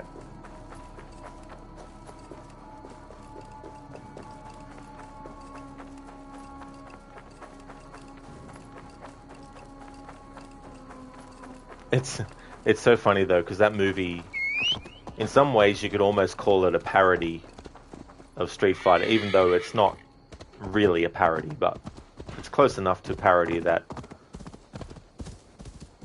if you really look at a lot of the stuff in it, like when Zangief is like, change the channel, and it's actually live stuff happening.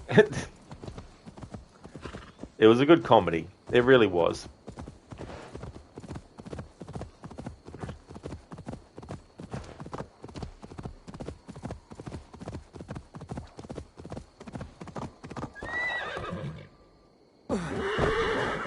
It's alright, Loki. Walk it off.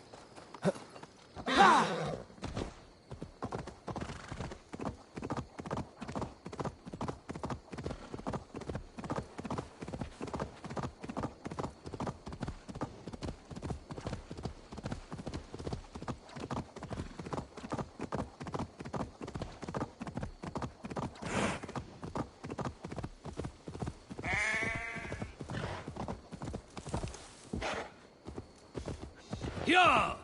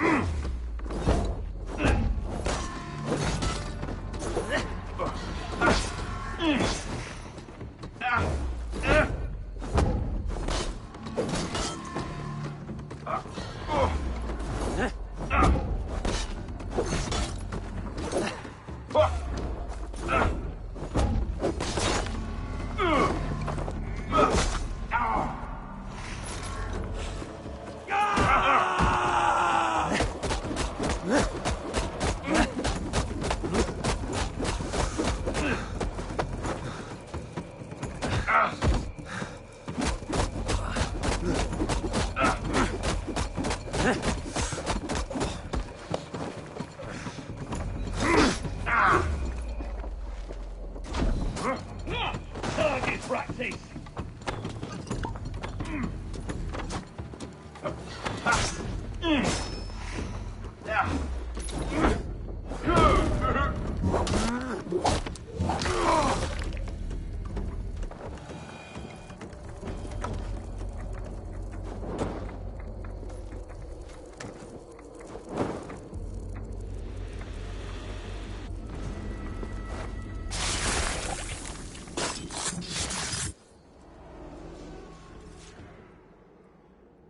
Offa betrayed us all, Indira. Now we crawl about for the scraps. Whatever crumbs you leave behind after your raids. You wish you were a raider, a dringer. Yes. Farvel, Saltcloven.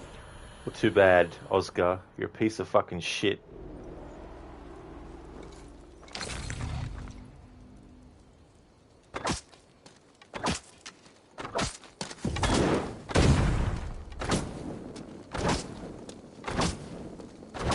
And that's what I think about you in death.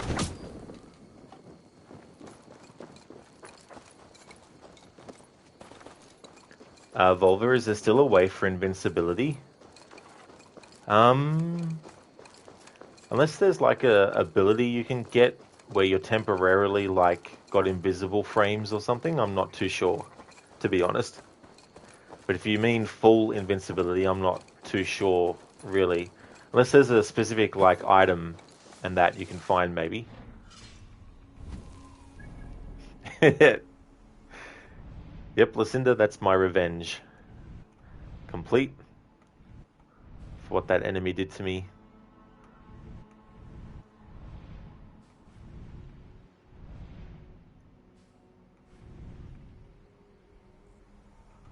Alright, where's the place with a close merchant?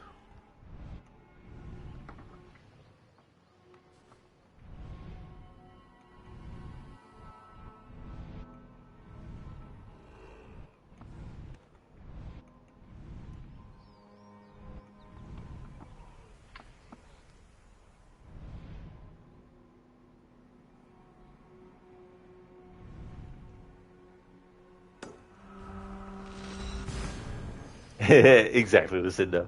Rod's revenge. You know when an enemy has pissed me off in a game, when I like to desecrate their dead body after they're gone.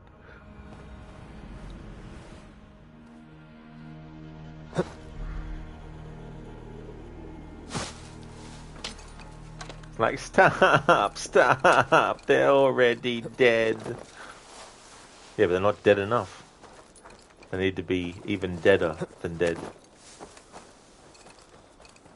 Need to be so dead that if there's a zombie apocalypse, they don't come back to life. Harbinger, thanks for redeeming the scene reenactment as Schwarzenegger. Thank you.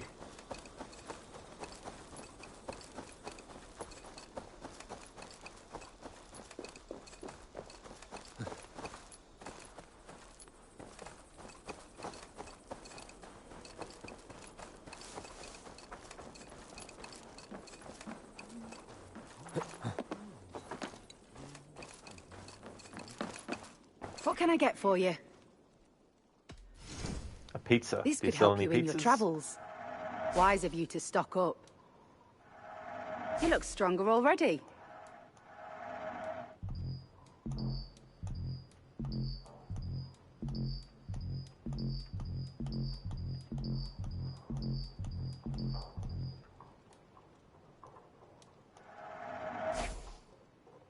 This is a very good piece. You always bring the string. Finished looking around? Exactly. Hit pigs. I must be on the my way deadest. now. The deadest. So I've been doing this as male Eivor for a little bit, so let's switch to female Eivor for a little bit. Don't know why I keep on going into that menu. So the last story arc I did on stream was last stream, and I did that as Eivor, as male Eivor. As I do each story arc, I'm alternating between the two versions. So for a little bit though, I'll choose the female Eivor, and then before the stream ends, I'll choose it back to the male one, just so I know tomorrow's stream in case so much stuff happens that I forget about it.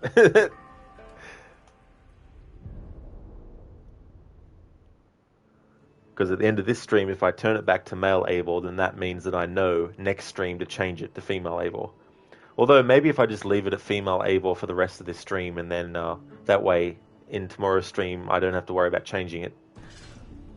Hopefully I don't forget that I did that that I did it for that reason.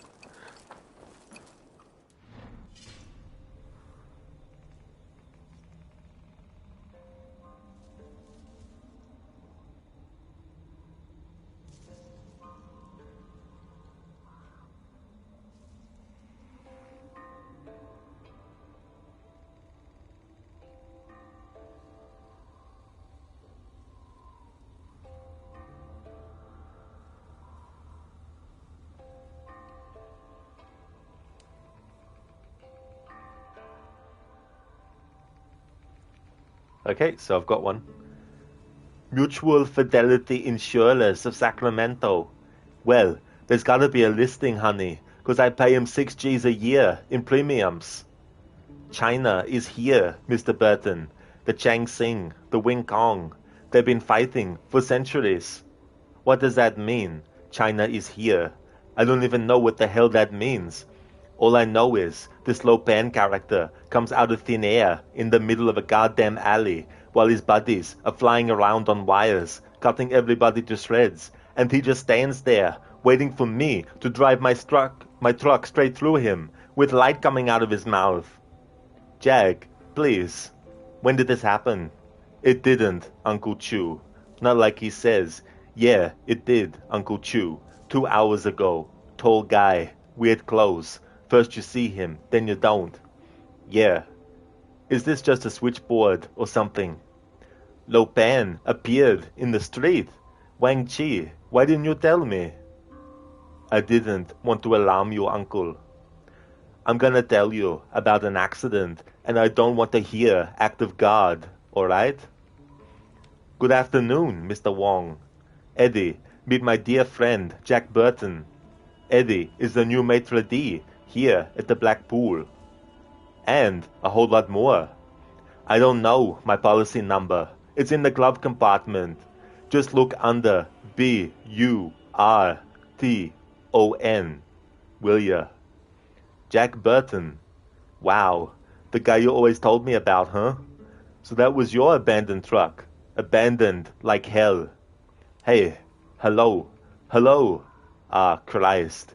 Bad news. The Lords of Death stole it after you ran away. They stole my truck. Take it easy, Jack. You with friends. We'll find it for you. Damn right you will. And my money and time is money to a guy like me. And your phone is dead, by the way. That's from my favorite movie, Big Trouble in Little China. Starring Kurt Russell. Directed by John Carpenter.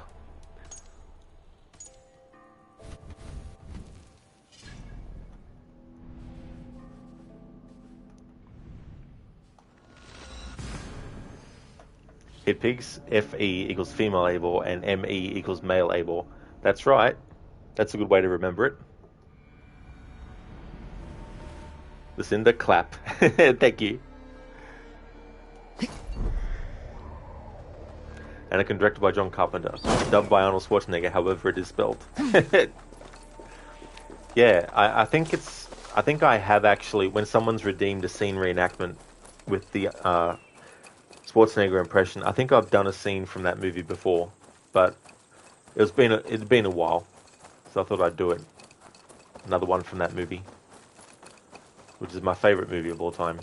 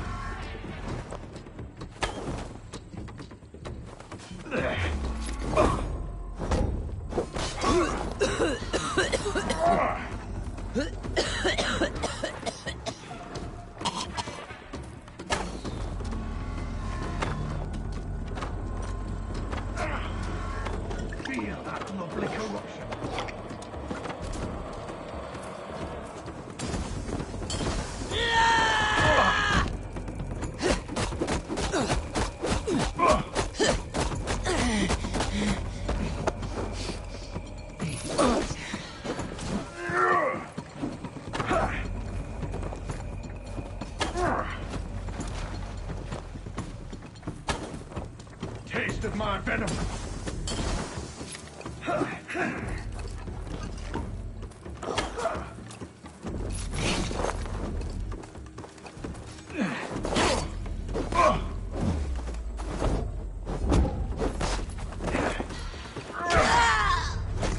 You motherfucking piece of fucking bloody fucking asshole prick shit motherfucking piece of fucking shit prick.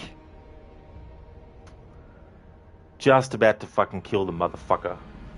He pulls that fucking bullshit. Fucking cunt. Here.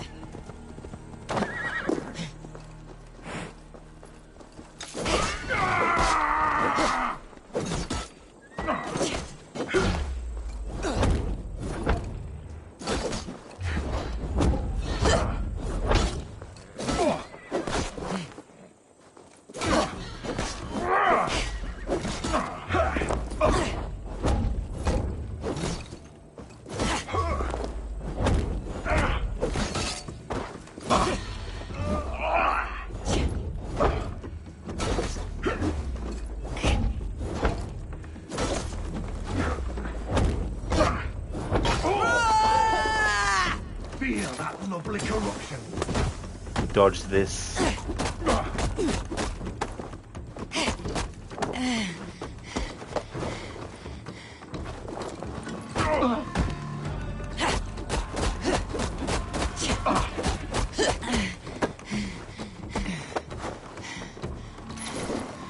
Taste of my venom.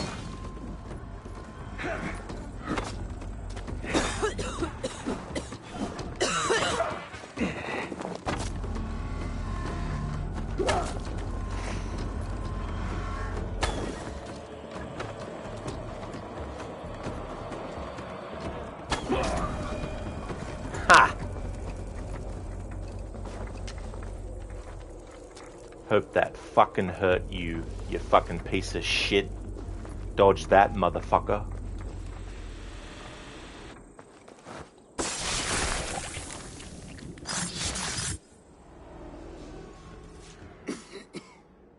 All of these men of God, festooned in gold and silver. It is enough to make one blind. We are blind of now. Lanius was our only king. He saw straight and fought alongside Arturius. We have been blind ever since.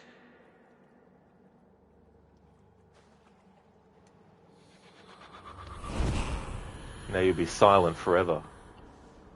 Piece of shit.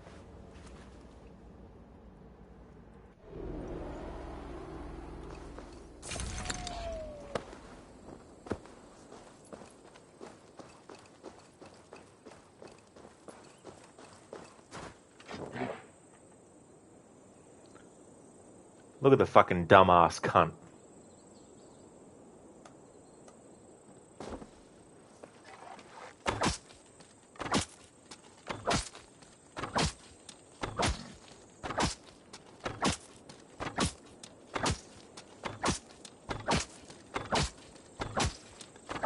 You gonna dodge this now, huh? You fucking dodging this?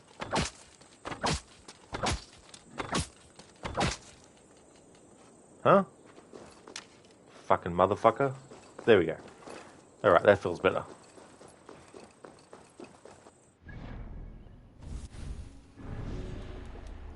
Alright, we only have 3 zealots left to kill. Let's kill Beach Bum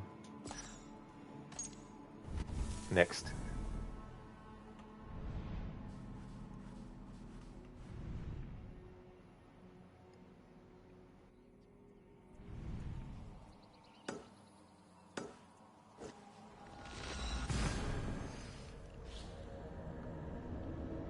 Hitpigs, you think for a special occasion you should read the whole B-movie script of Schwarzenegger? Yeah, I don't know about reading like really long stuff with his impression. It doesn't do my voice much. It doesn't stress my voice that much doing the actual impression for short things, but for longer things it would be it'd be more straining.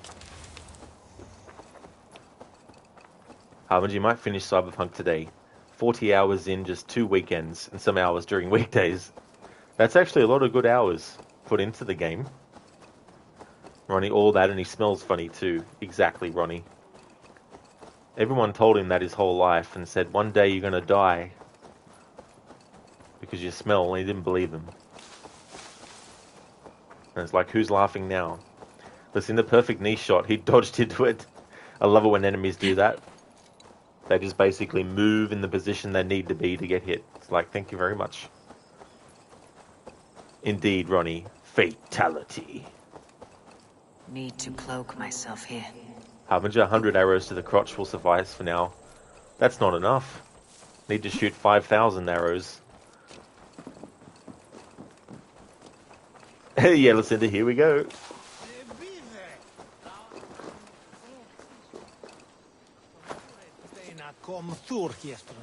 Lady Loki's, thank you so much for the follow.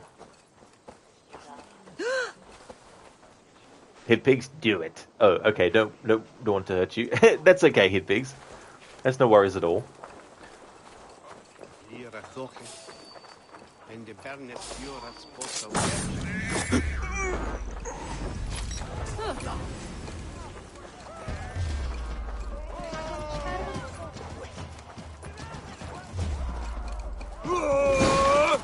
Oh, God! Together!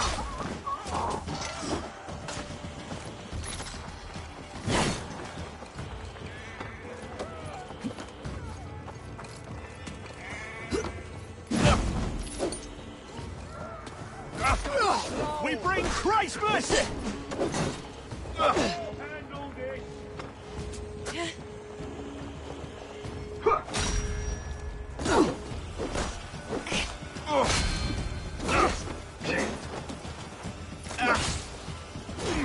Try to flank! Yeah, stick that through your fucking neck. Come on, camera, stop fucking me over. Meet your fate. We watch each other's backs. Fail.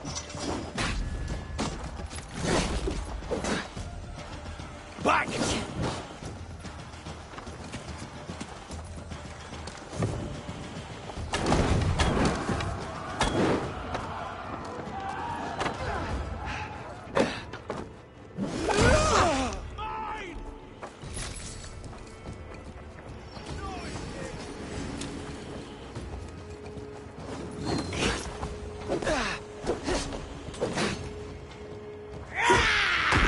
Didn't want to attack that enemy with that move. On the fucking road. Wham, mate.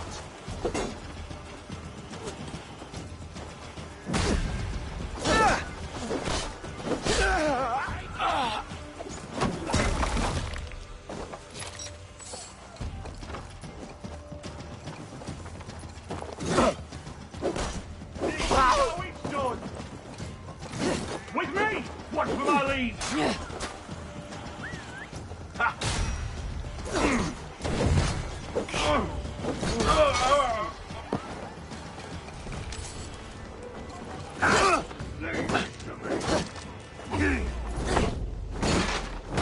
Can't hold out much longer.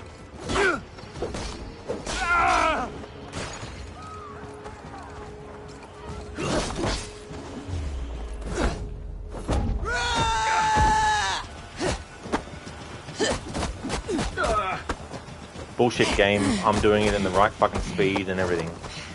Bull fucking shit.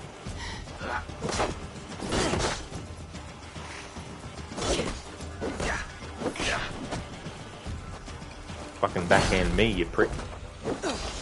Flee! Get over here! God's justice awaits, coward!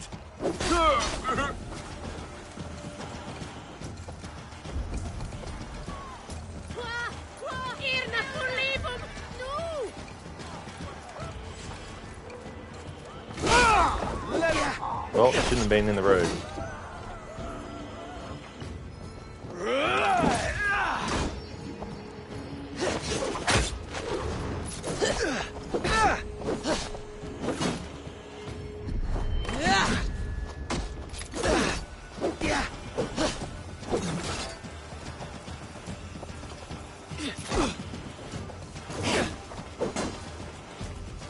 Hey, intruder, here! Come on!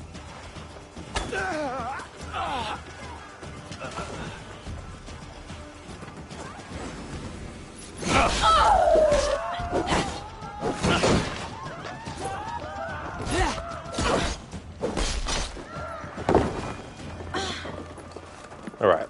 I didn't expect that to turn into a whole big thing. Thank you patiently waiting, Grey Angel, for your Arnie impression. Welcome on in. Dodge this, you dumb cunt. Thanks for redeeming that, Grey Angel. How's things been going? And I think all I wanted to do here was actually just get some supplies refilled. What can I tempt you with? Always good to have. Take care of yourself out there.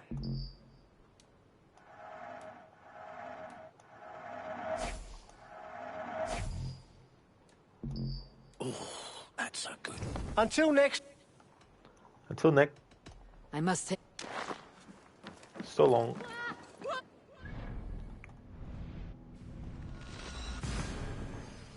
Mossy, killing civilians results in desynchronization just like it did back then for the real Vikings. That's true, Mossy. It's definitely historically accurate.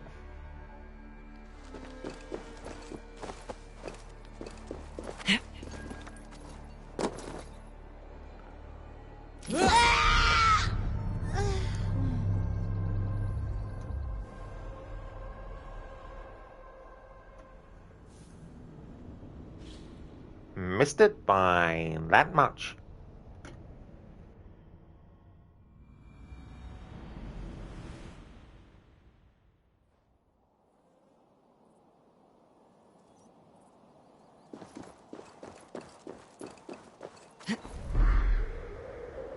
That was a nice landing. Mossy, Grey Angel, going good. Just been working more and have more games to play, so you haven't been in as much. But you've lurked some, just haven't said anything. That's definitely appreciated, Grey Angel, for sure. All the lurking. I do appreciate the lurks. Glad that you've been going good as well, also. And hopefully work hasn't been too stressful or anything like that. Mossy, that scream did not sound like Eivor. Thanks for pausing, game. Love that glitch. It's my favourite one, not. Grey Angel, also thanks and hope you're doing well. Oh, that's no trouble at all. And yeah, I'm going really good. Things have been going well. Had a good weekend, which in one more minute, it'll be Monday for me. But yeah, it's been going great. Hit pigs raiding and pillaging monasteries is okay, but killing random people, that's a step too far. It really is hit pigs, you know what I mean? That's definitely the line that once you cross that...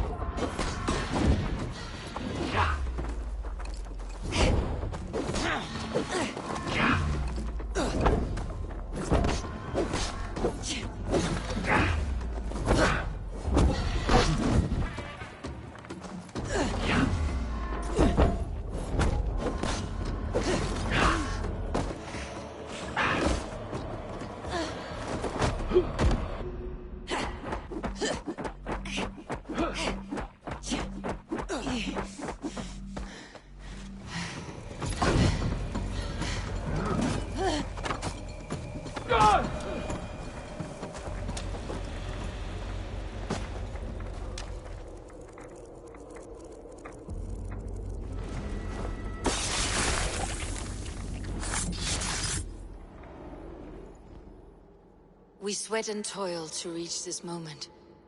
The Ancient Ones lap at my sweat now.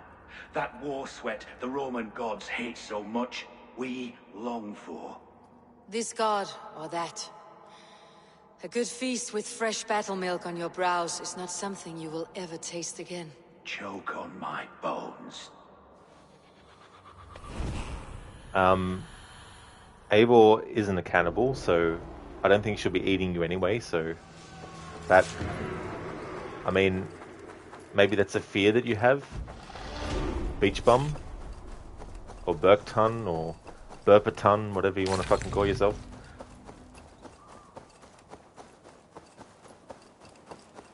Grey Angel, work is work, you guess, but thinking of going back to your old job with better benefits and pay, but got to work even more, like maybe 7/12s. Oh, damn. Yeah, that's the thing, isn't it? You know, balancing something that you, that has, you know, like better benefits and stuff like that. But then it's like the workload or the amount of work that you need to do is more time. But hopefully you can work that out. Mossy, strange insult. It really was, to be honest. Don't know what preconceived notion he actually had. Let's increase melee damage for a bit, and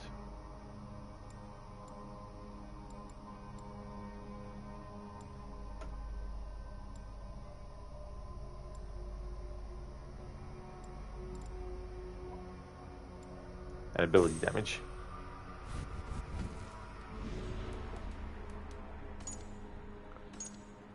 Hehe.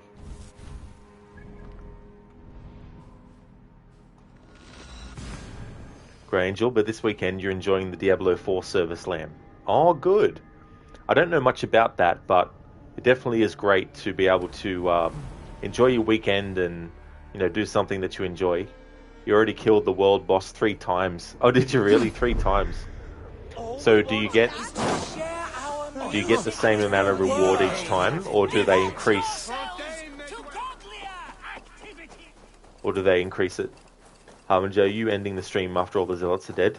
I think what I'm going to do is focus on some of the Order members that I have to stealth assassinate. I just need to see how many are accessible as well.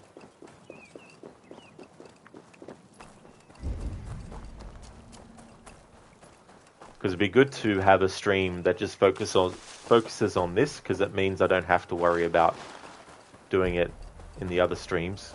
At least to the same extent. There's probably some other Order members that I won't be able to access until I do a bit more story, but I'll just see how things land once we actually get rid of these last 2 Zealots.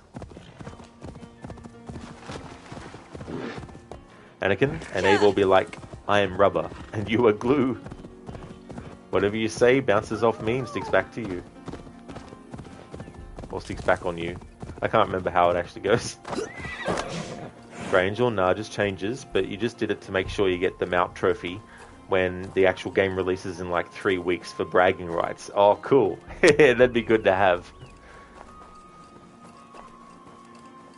It's so funny, you know, I remember there being a long wait for Diablo 3, and it's crazy to think that Diablo 4 is coming out relatively not that long after the last entry, whereas it feels like Diablo 3 took like a long time to come to fruition.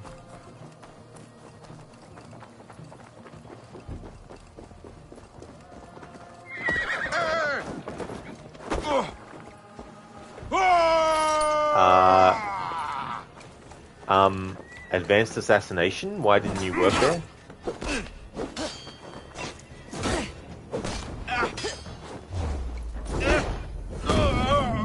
That was supposed to throw up the QTE for me to time the strike of the Hidden Blade with.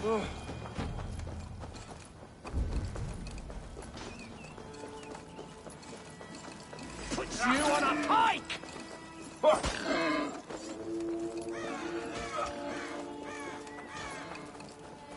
You're finished!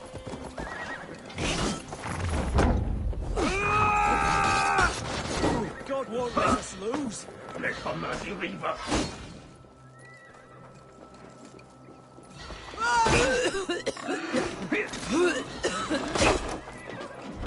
I hate enemies that can fucking block through that attack.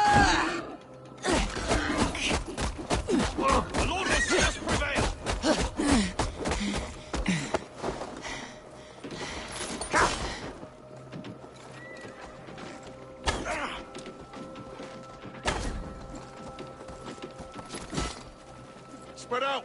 We have this!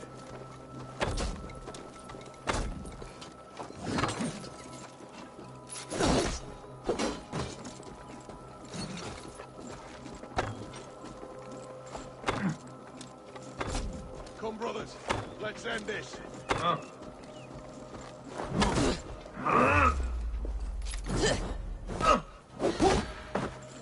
Unclean northern filth!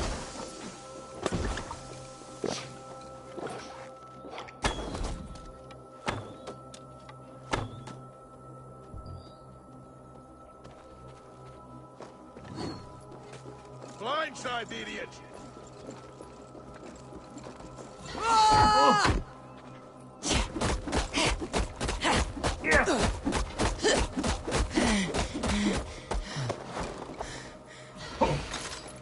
Follow my lead.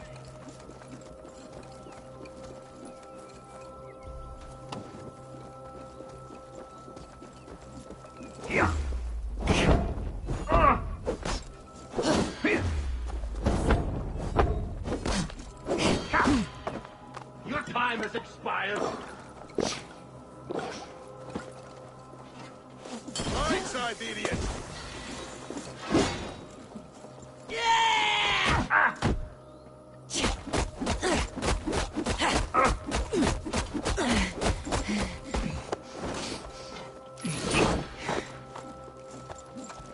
Spread out. We have this.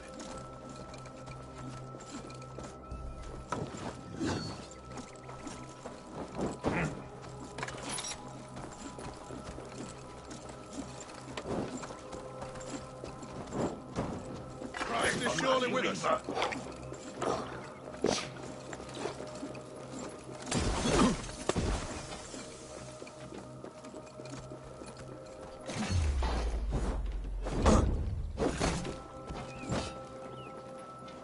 Follow my lead.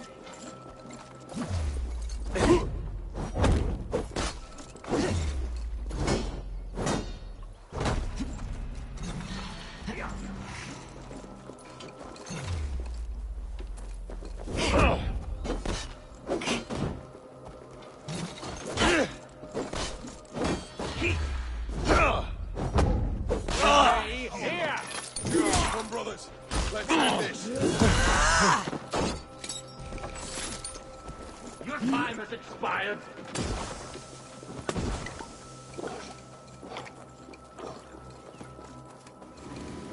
Fucking enemies that can friggin' re-heal themselves really fucking pisses me off. And I know, if the main character can actually heal themselves in combat, so should the enemies, but fuck that logic.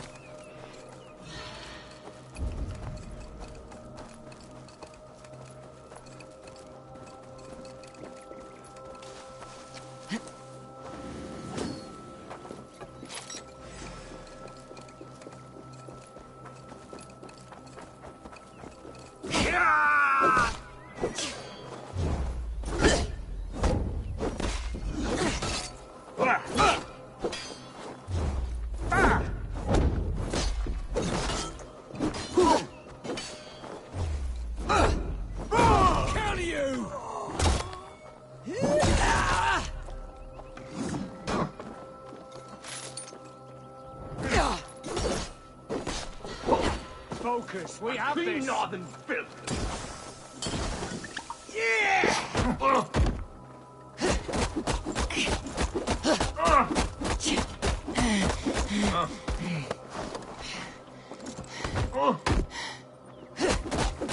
We have the advantage.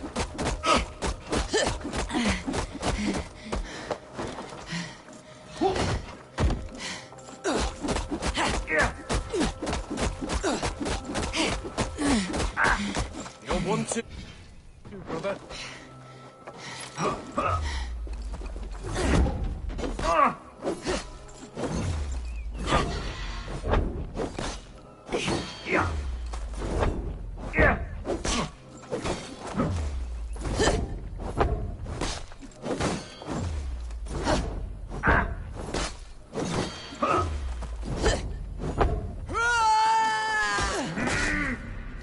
Game, what the fuck?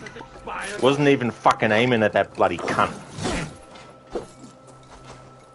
Focus, we have this.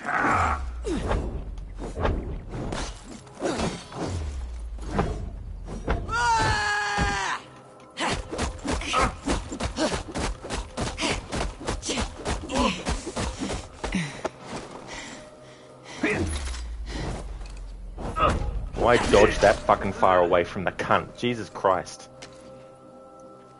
So slow.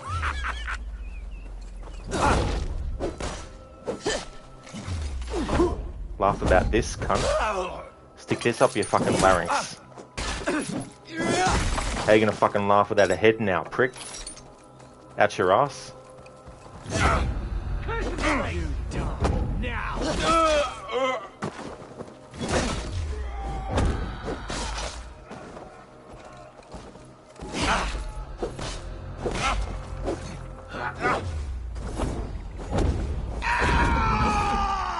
Follow my lead. Take it.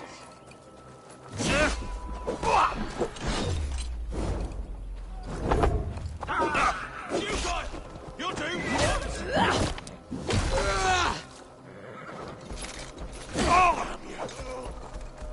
I'll help you.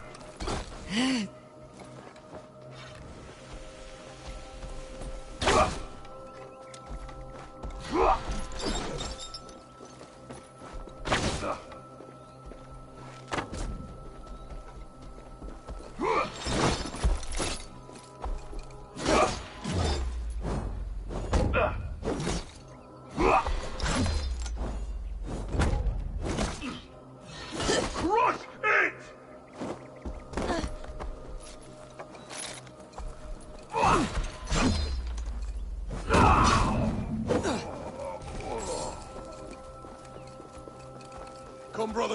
Let's end this.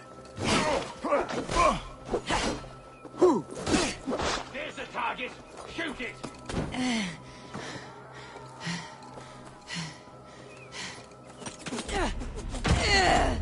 Fucking lose stamina, and now that fucking bloody zealot has to be fucking killed again. Fuck all these motherfucking enemies in this fucking zone. I tell you fucking what, if this was like fucking Red Dead 2, they'd all be fucking armless, legless, and fucking headless and set on fucking fire. The motherfuckers.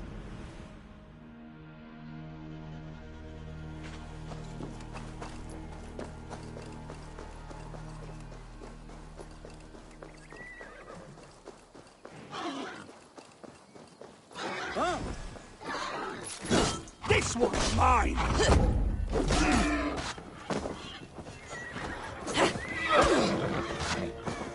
Together, lad!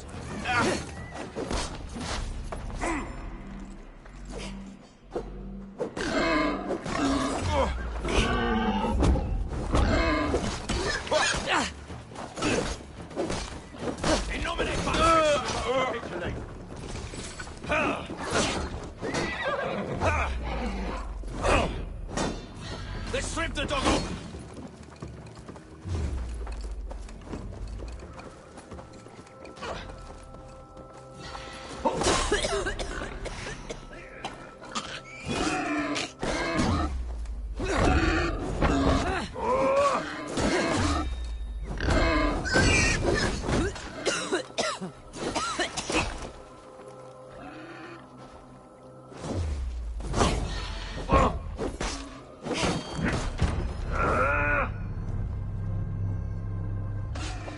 This stream doesn't end until this zealot is fucking dead.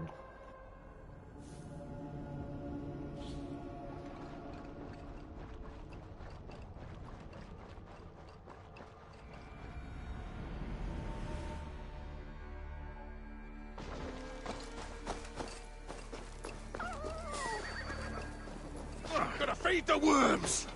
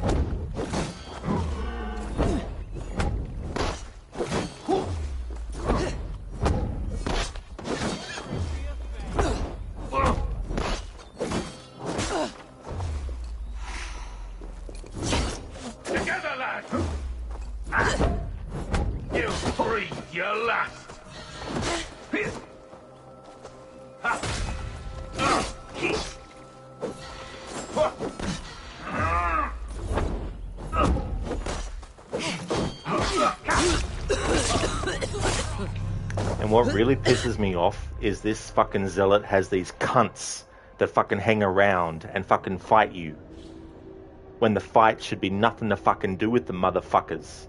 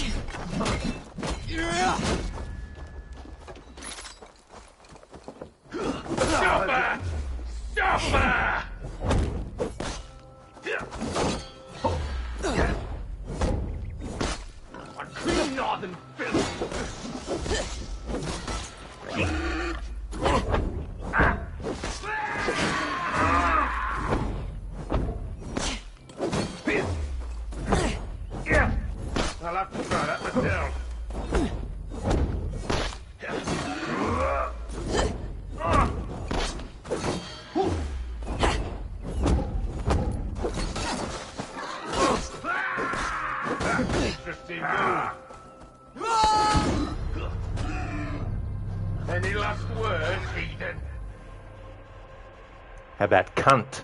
Is that a good fucking last word?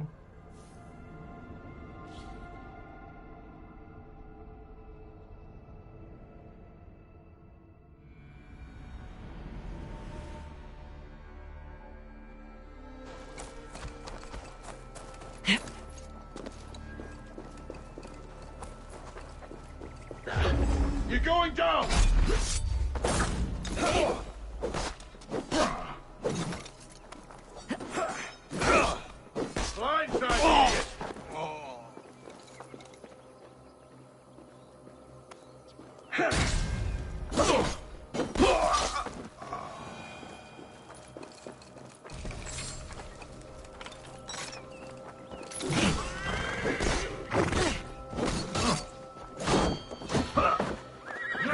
Expired. Time has come for you.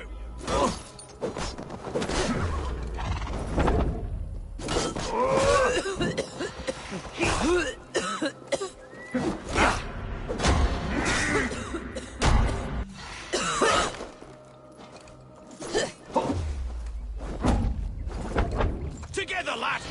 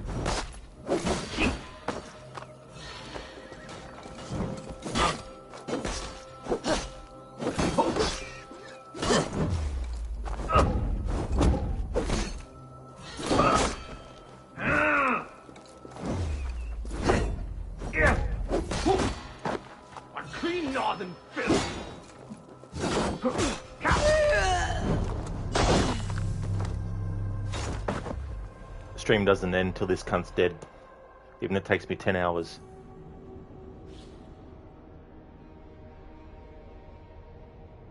Sorry, chat. I'll catch up. Sorry, I get so in the zone that I forget to actually respond to chat sometimes.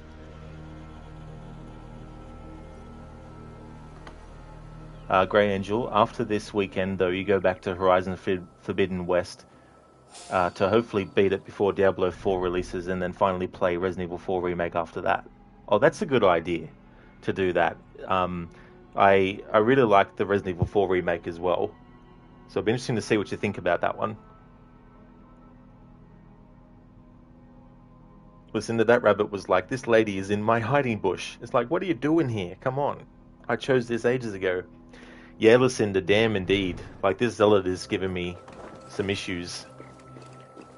Doesn't help that he has assholes that help him out as well. Grey Angel hit him with the old D-twist. It'd be good if we had like a tank or something.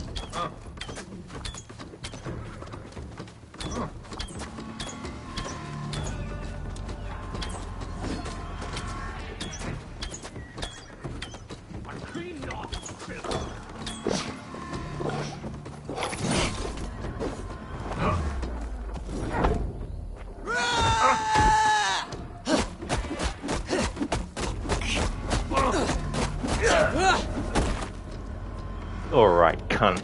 Have a fucking hidden blade. Right through your fucking liver. Suck on it, In the cunt. kingdom of Frisia, we honor your type, pagan. We strive as you strive to achieve the perfection of the ancient ones. Pagan? To be pagan is perfect.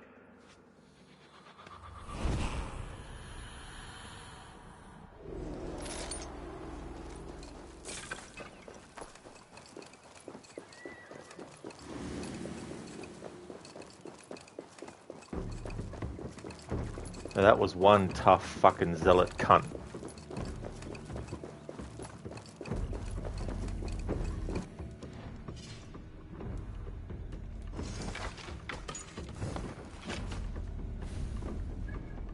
Alright, one more motherfucker left.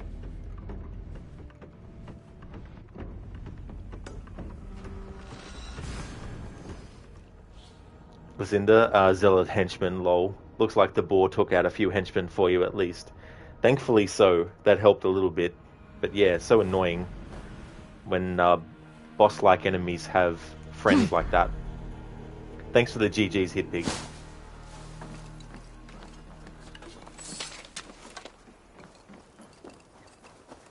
Only one more zealot to deal with.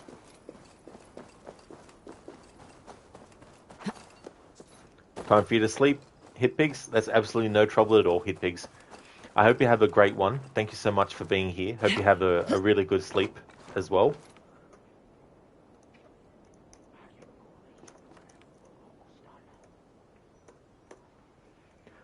Would definitely like to recommend people check out Hitpigs if you haven't before.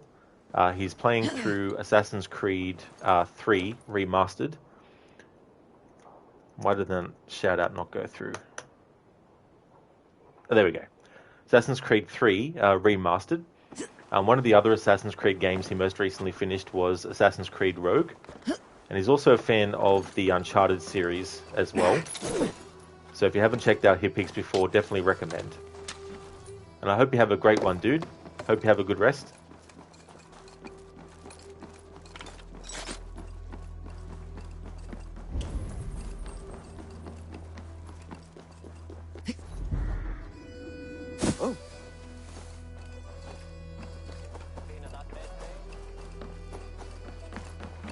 Hello and welcome. This could be very useful. Glad to replenish your stock. You won't regret this purchase.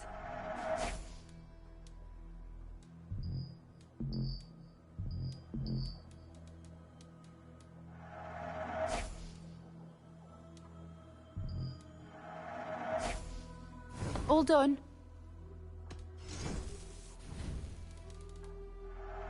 Happy to take this. Nothing. Alright, one more zealot. Woden.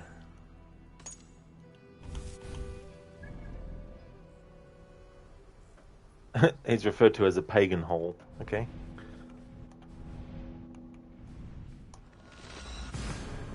Alright, now we're going to Kent.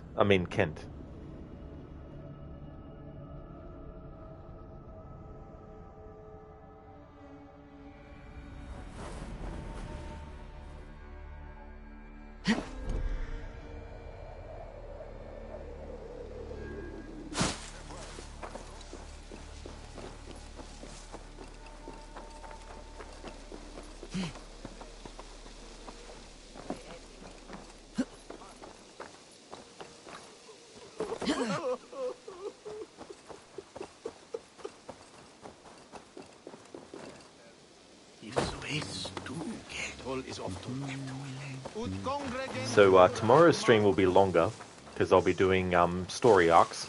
If they see me, this will get messy.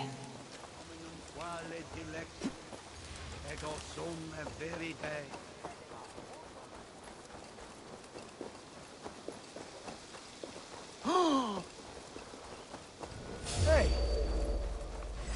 You chose death!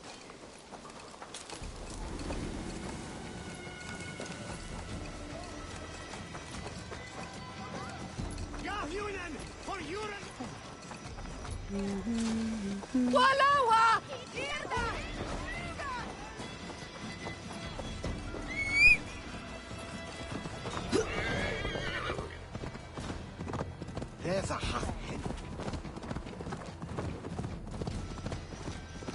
So pretty soon, I'll be able to get back to my Red Dead Redemption 2 playthrough.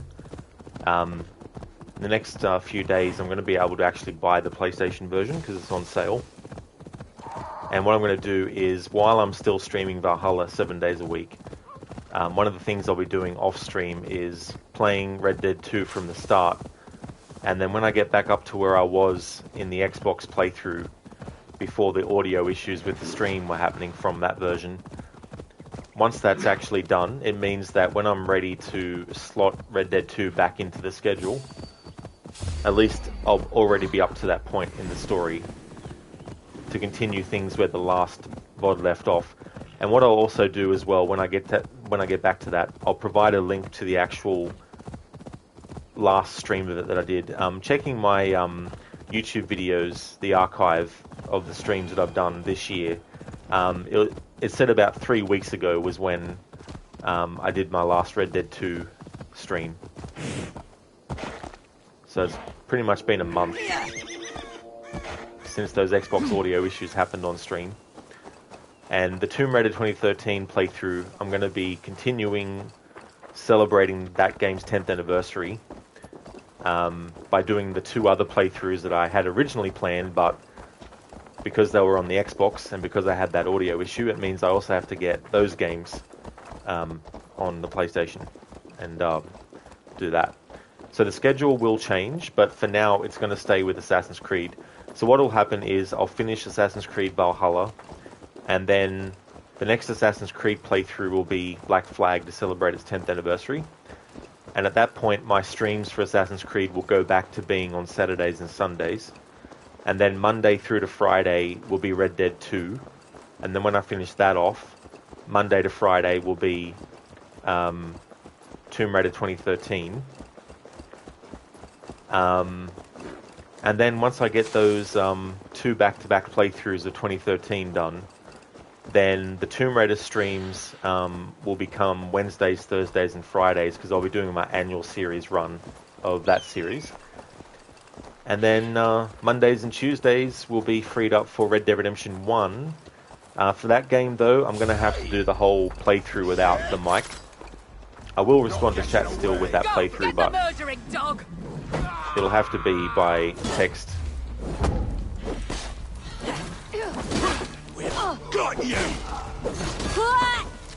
Because I don't have any alternative solution to that game.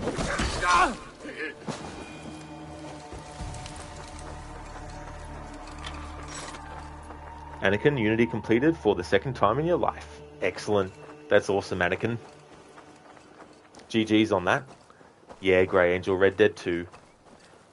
Yeah, I was so close to finishing that playthrough before those streaming issues happened with that. Well, with all Xbox games, because it's a console thing as to why it's happening. Because I'm up to chapter 6 in the story. And then after that, there's only the 2 epilogue chapters. Harbinger again, looking forward to the Sadist Masochist playthrough. Oh yeah, that one's going to take a longer time to get back to that. I probably won't get back to that for the rest of the year because I want to play a lot of other games as well. Kill!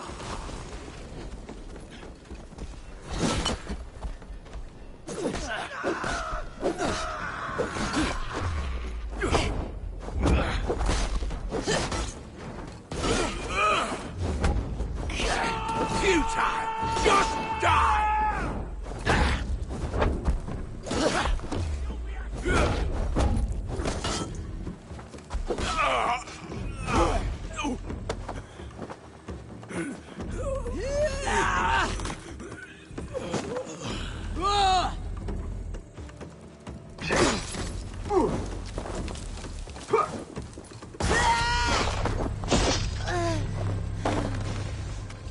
Another fucking zealot who's going to be an asshole, is it? Thank you so much for the follow, Zeus20s. And you don't know if you'll 100% this map. There's a lot of treasure chests in Unity, that's for sure. Like heaps.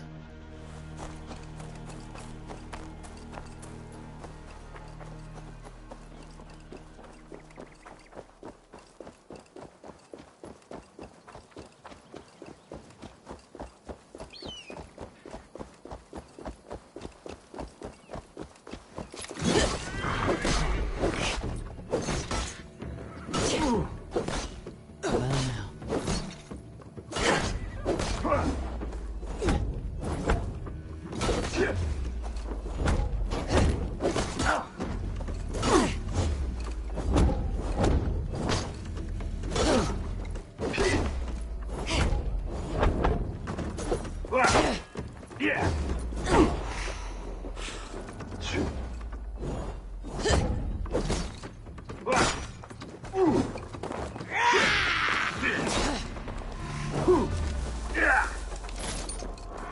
Not what you expected.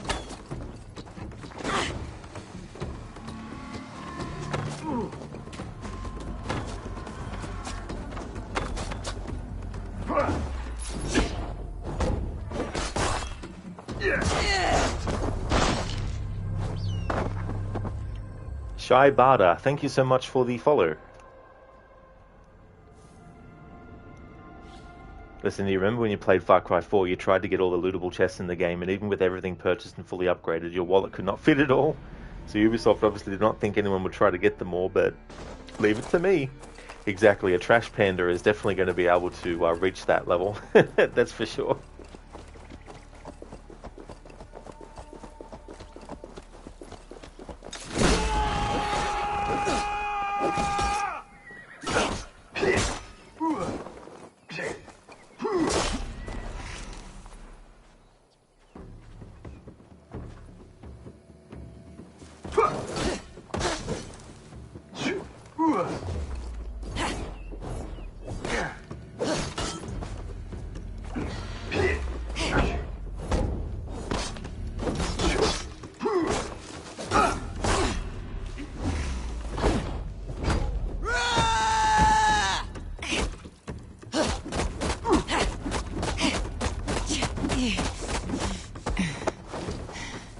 Try to keep up, sure.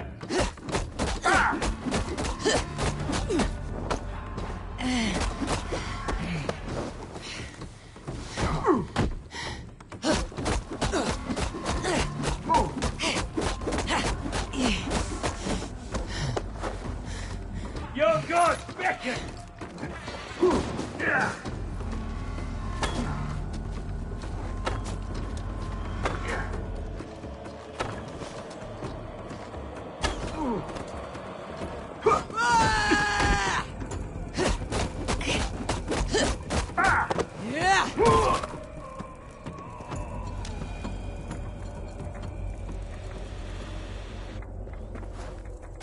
Strangely marked artifact. No more winters for you. Better to die than face my lords. I hope my Magister Magnus forgives me. For so long, I looked to him for guidance, for order. If your honor is slow, a true lord cannot forgive you. They cannot. Now I will turn my gaze to Warden, Tiwar, and Shunor. I will continue to turn until I find some forgiveness. You will spin and drill yourself to an endless bottom. Exactly, Abel.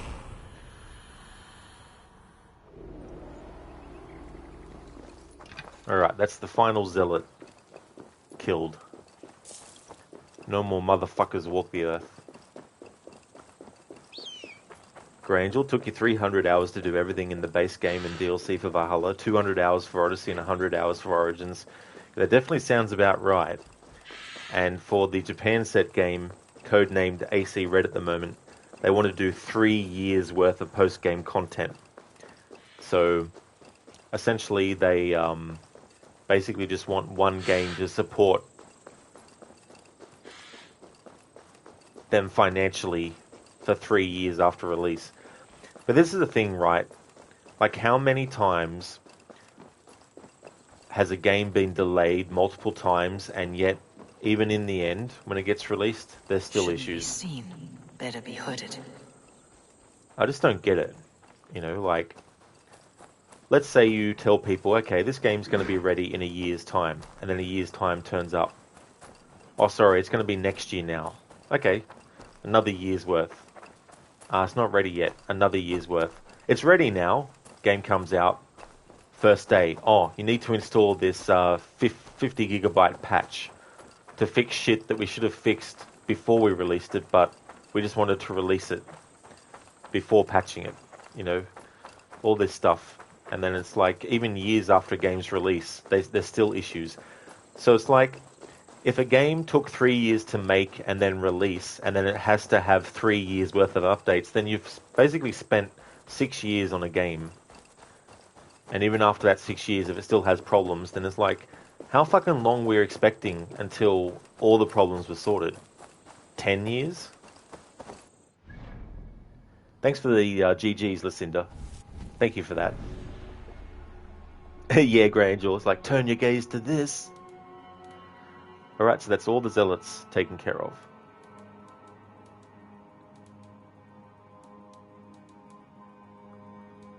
There's 15 in total. Okay, so as we were doing that, we actually found other clues for these order members. But what I'm going to do is just work on assassinating these 3 and then call it a stream. And then off stream, I'll find the clues for these other ones. And that way, when I'm ready to do them, they'll already be uncovered. But I won't actually kill any of these off stream. Now for these order members, I have to actually kill them without being detected.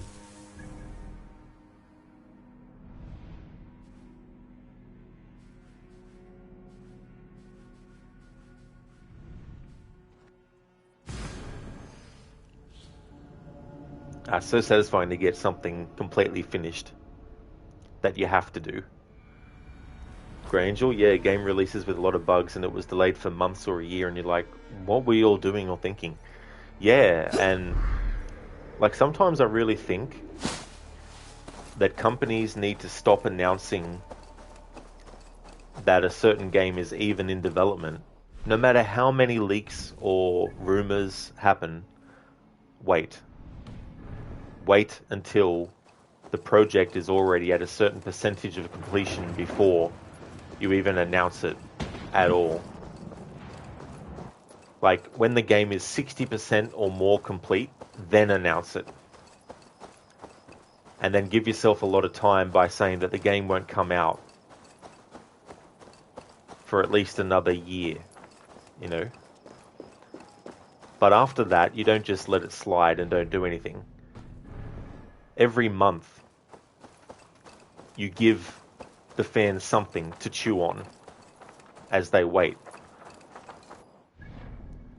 And I feel that with games like Mirage, what they should have done is they could have made a game out, they could have made it a fun thing too, where you have the cinematic trailer, a week later you have the gameplay trailer,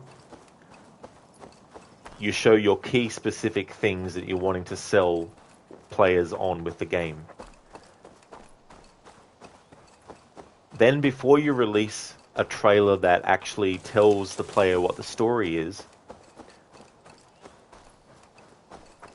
make that trailer something people anticipate by giving little clips of it.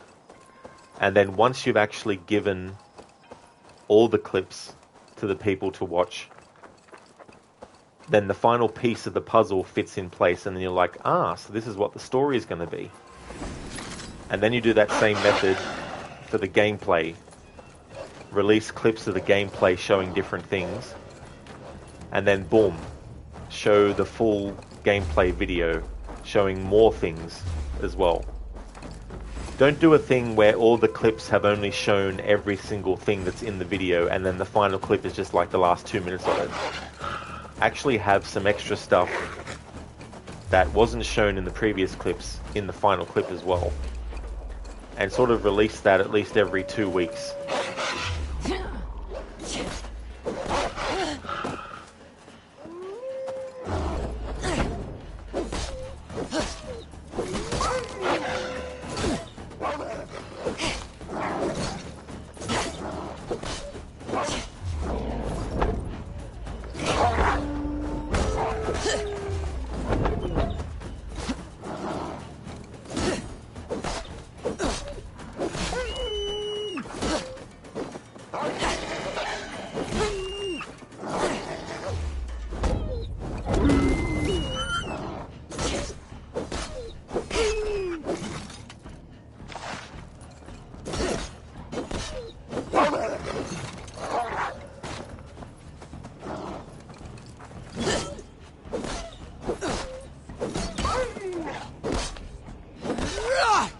Grey Angel, you sure you know developers need to test their games more? Absolutely, you know, test as much as you need to. Until you get it sort of like all smoothed out and sorted and things like that. And I swear too, there's probably some glitches that only happen because they've programmed new content into it. And somewhere along the line, it's slightly changed something, and that creates new glitches as well. So, I don't know. It's just, I don't think there's a one answer that fixes it all. You know, I think it's a multi-layered kind of thing to try and do. I think this should be far enough away from the target to make the save. So if I get fully detected by this main target, I have to reload this save. And it can have the gameplay leaked a couple of days before the show. You missed this part. Yeah, just leak it all before the show. But yeah, I think... See, the problem with what Ubisoft has done with Mirage is they've gone, right, here's the cinematic trailer, and on the same day, put your pre-orders in. The game was announced back in September. And we're almost halfway through this year, which puts us not too many months away from September this year, which almost makes it a year since they showed the cinematic trailer. And in that time, zero gameplay, not even like a 2-minute clip. And the problem is, they're talking up all this stuff that they've added for Mirage. We're going back to the roots. We're going back to a parkour system that is more advanced and more fluid. But where's the gameplay to back that up? You know, if I said that I was a astronaut and that I'm experienced with, you know, training in that, you'd want me to show some actual evidence to support my claim. I think gameplay footage needs to be treated similarly, where it's like, if you're going to talk up a game in interviews, then show us the proof. And they haven't. Not one thing.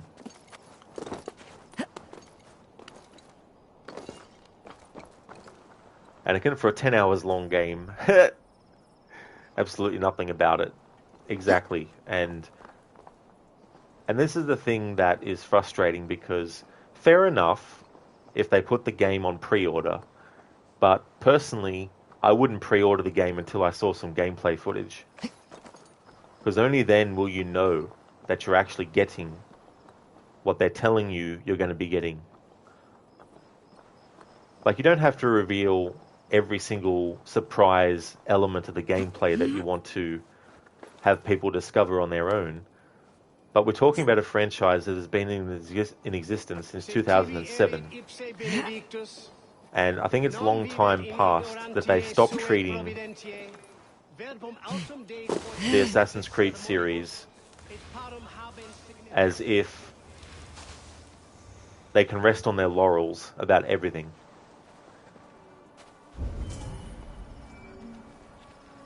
They need to be able to prove that they're actually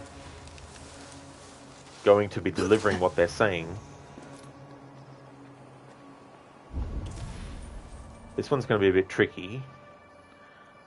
I think he's amongst these enemies.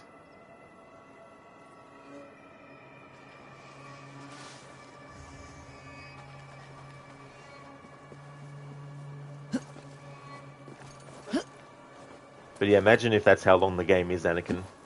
10 hours long.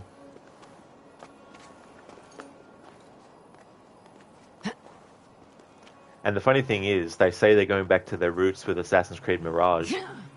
Yet, Basim, in addition to having eagle vision, traditional eagle vision, which, yes, that's a sign of going back to the roots, but he's also going to have a companion bird, which was something that wasn't introduced into the series until 2017, 10 years after the series came out. So I don't think that part of it is going back to the roots of the series. and they're definitely going to have different mounts, because they've already had a different mount advertised with the pre-order based on Prince of Persia: Sands of Time. You're going to get a mount and an outfit for Basim, so he wears the outfit that the prince wore in Prince of Persia: Sands of Time. And plus, because they have the companion bird, you know they're going to sell different skins for the bird and different types of mounts and that, you know. Which, I get it. They want to make some extra money.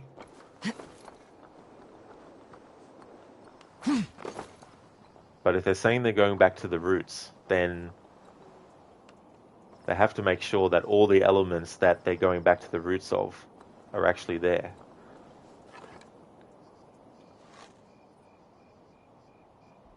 And I don't mean I want them to keep some of the... because when I talk about the parkour in these games, and I talk about how they've de-evolved, I'm not saying that all the flaws that existed in the previous games and the parkour system should come back. Obviously they should refine things, but they were on that path with Unity back in 2014, and we're now almost 10 years after that game came out. They were on the path of improving the parkour. You know, they added some things in Unity, like the parkour up and down, you know, all that kind of stuff. They added that to it. They just needed to keep improving it, but instead it was like, nah, we don't want to progress forward now with it. We want to just regress and go backwards. And now it's to the point where, yes, you can scale more types of terrain. Like in Assassin's Creed 1, Altair would not be able to climb up that rock face. You know, it wasn't until Assassin's Creed 3 that a character could climb up a rock face. And even then, it had to have specific handholds programmed or put into the cliffside so that the character would attach to them. You know, all that kind of stuff. So yeah, the newer games give you more things to climb onto, but that doesn't make up for the things they've taken out which make it less advanced than what it was with Unity. Grey Angel, September is your birthday month. Oh, is it really? Oh, cool. That's awesome. At least they priced it cheaper, but it makes you wonder how short it is. Also, didn't they recently say they're going to have Mirage part of the Infinity server or whatnot, whatever, but you're not sure? Well, you love my bird. Yeah, and that's the thing too, you know, like, in terms of like the bird mechanic, the only game that I feel they kind of nerfed that mechanic was this game. Because you can't go into this view with your bird and then look at the target, and then just through covering this, it marks them. You know, if you want to mark them, you have to mark them when those brackets appear. Then that marks them, but you can only mark up to 3, which is better than being able to mark up to 1. But in Origins and Odyssey, you could actually see more enemies through using it.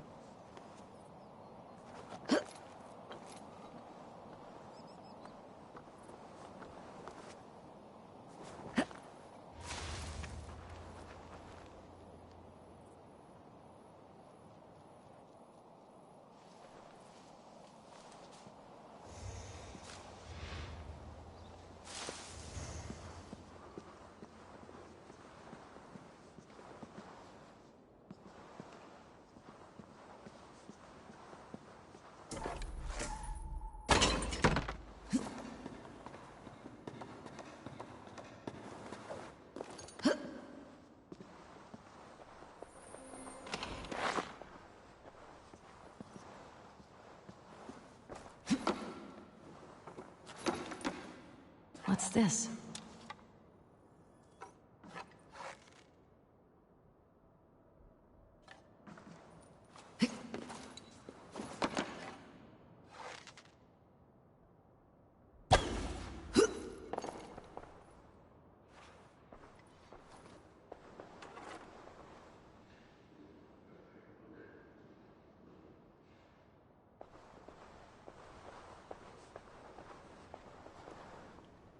Anakin, Stefan Bourdon, the creative director of the new chapter, while confirming the presence of an open world full of secondary activities, explained that Mirage will have a length comparable to that of Assassin's Creed before the last trilogy, specifically Unity and Revelations, which is approximately 15 to 20 hours. This is what they said in the big reveal, don't you think? Yeah, I mean, I feel that's kind of like a decent amount. But the problem...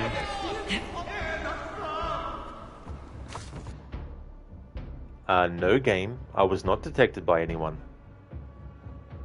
Just because the music makes the player think that you've been detected, you haven't actually. Hey there, Spicy Chicken. I hope things are going well. And I'm going really good, thanks. I'm having a good one. Just killing some Zealots, and we got rid of all of those, and now I'm just doing some Order members. Grangel, yeah, didn't like that they nerfed the bird in Valhalla. Like, leave my bird alone. Yeah, and I think what would have been cool as well is if there were certain, like, things that you could attach to the bottom of your bird, and they'd drop it on enemies, you know, like poison bombs or something. I think that would have been cool to have.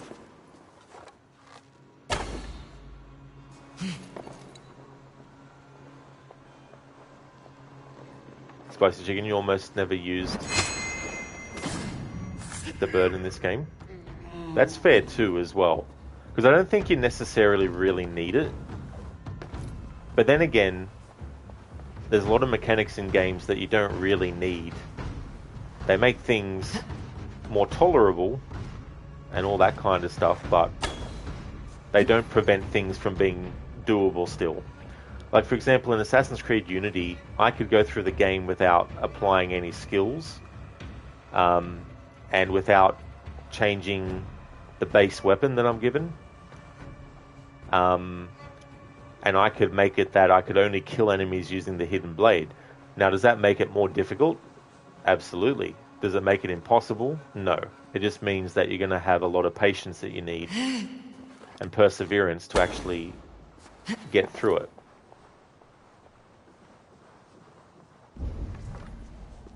But it's like the Tomb Raider reboot trilogy. You can go through that game without using the instinct mode if you don't want to. It definitely makes things easier, obviously, but it's not a required thing. Yeah, exactly, Grey Angel. That would have been funny. That would have been funny if that was possible. Struck from above. I've seen the Saxons fall upon their enemies this way. I didn't actually want to interact with that because I thought I was looting something near it.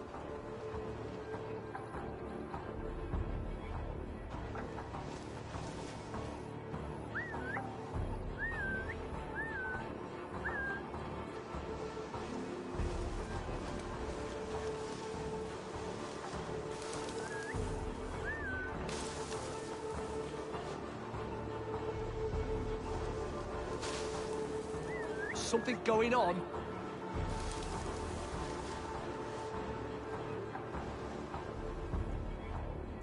Shrub lover, are you?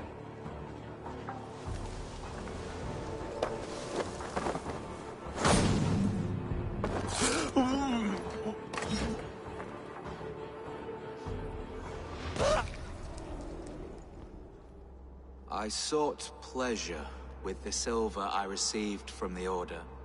I shared it too, with many in need. Do not be blinded by the gleam of your bloodlust. Shared silver always comes at a cost. What of it? I forged good from what you call evil. Lives were improved, lives worth more than the silver that paid for them. I do not regret the lives lost for the charity gained. Speaking of charity, thanks for leaving me alone.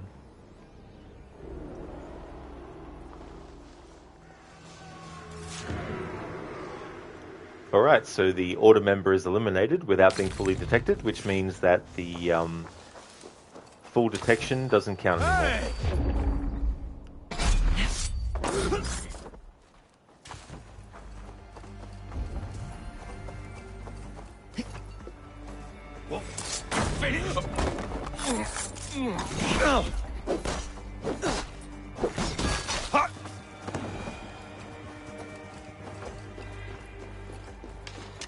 Grangel, Lara Croft. Yeah, such a great character. I've got a BTTV emote that I downloaded, but I don't know if everyone can see it because that's dependent on certain things. But the running one, it'd be cool to get like a close-up version of the running one. Anakin, do you know what you cannot do in Unity, which is something you discovered right now? Play the fucking co-op missions without Xbox Game Pass. Really? Okay, that's frustrating.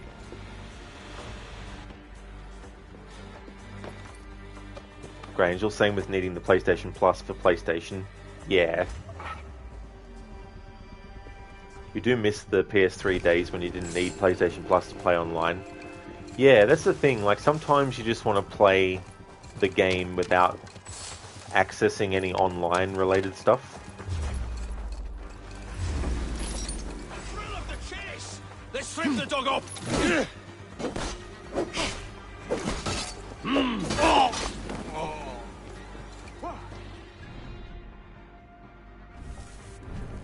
Cool, so we've got some more skill points. Spider Fred, thank you so much for the follow.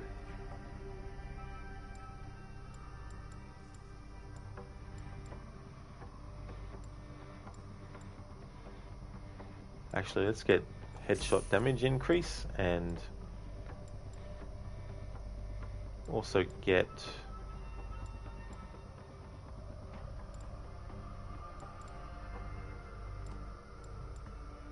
melee critical chance.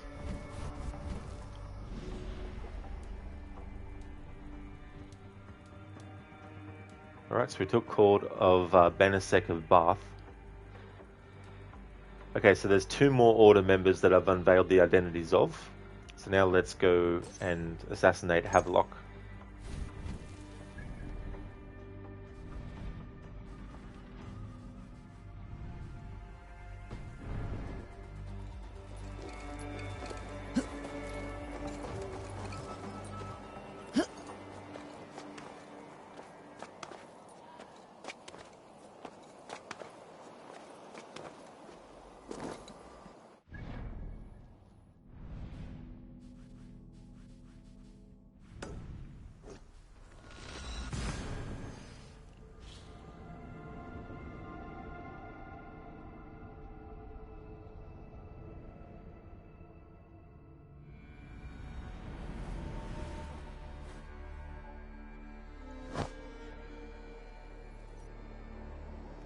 So he's pretty close to where I am, so I'll make the save here now, so if I get fully detected I have to reload this save.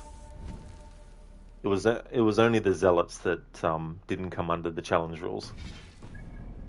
Granger, were you going to lurk to play Diablo 4? Because World Boss spawns in an hour and only a couple of hours left to play. Have a good one, Rod. Thank you so much, Granger, for popping in and for chatting. I really appreciate it. Good to see you in chat again. And thank you so much also for the lurking that you do. I really appreciate that also. And hope you enjoy playing the Diablo 4 game and dealing with those bosses as well. And thank you. I definitely will have a good one.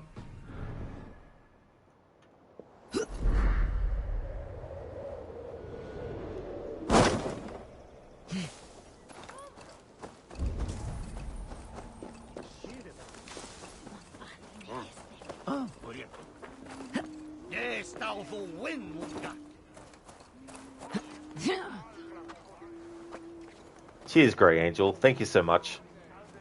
Hope you have a great one.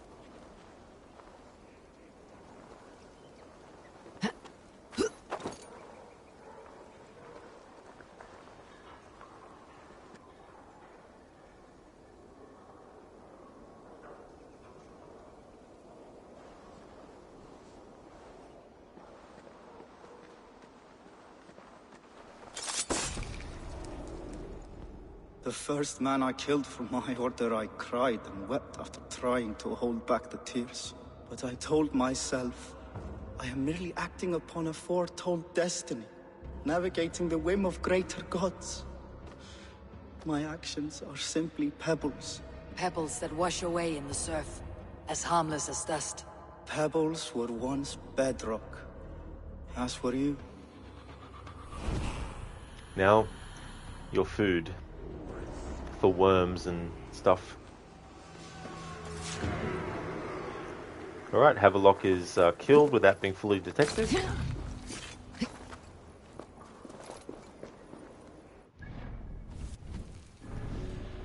Now it is Ian Bat's time.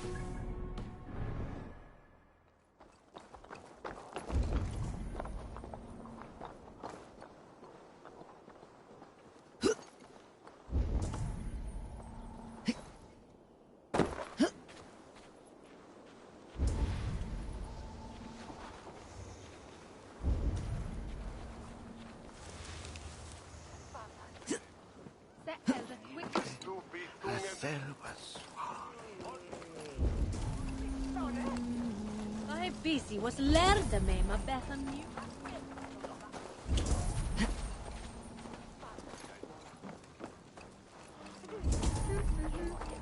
Bitches to be tungen. I can outdrink it all rocks.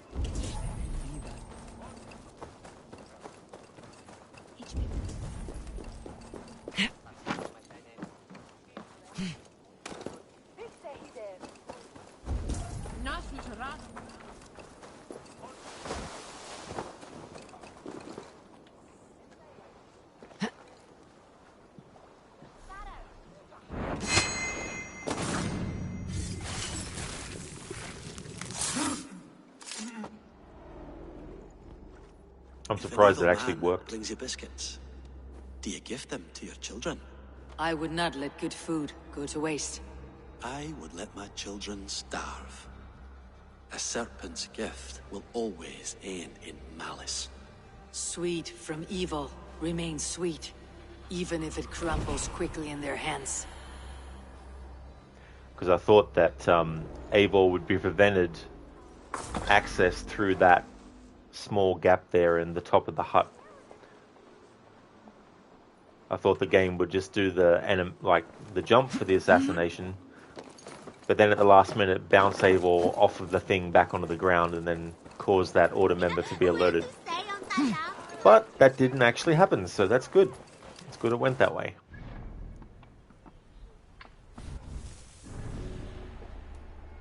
Alrighty then, so in terms of like the order members we have clues for, what I'm going to do is off stream I'm going to go around and find the other clues to unveil them. However, what I won't be doing off stream is actually killing them. So all the Zealots I've killed on stream.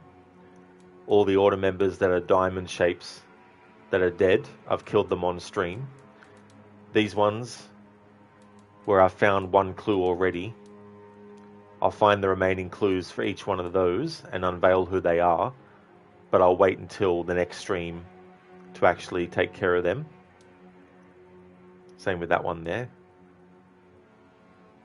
But that's really good. We got the rest of the 15 Zealots killed. I killed 13, I think, in the stream because I had killed 2 in a previous stream. So that was good to get that sorted. All the Zealots, because there's so many of them. and just wanted to finish off 3 of those order members that I'd unveiled and that. But the next stream of this will be my Monday, and we'll definitely be doing a longer stream than this.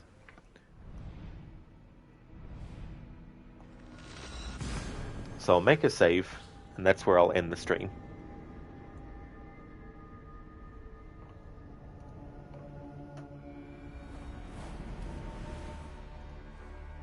Spicy Chicken, you couldn't find some of the targets without YouTube. Yeah, Spicy Chicken. There was one Zealot that operates around here, which was a damn pain to friggin' find. Even with a video guide, it took me a while to actually find where they were and have them actually pop up on the map. It was just ridiculous. That's okay, Anakin. Absolutely no trouble at all. Before I end, I'd like to do some shout-outs.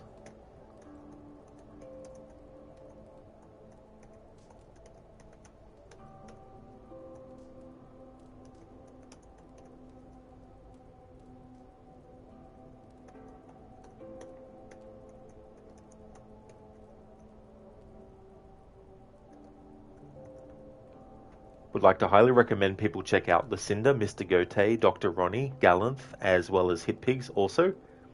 Lucinda is doing a playthrough of Assassin's Creed 1.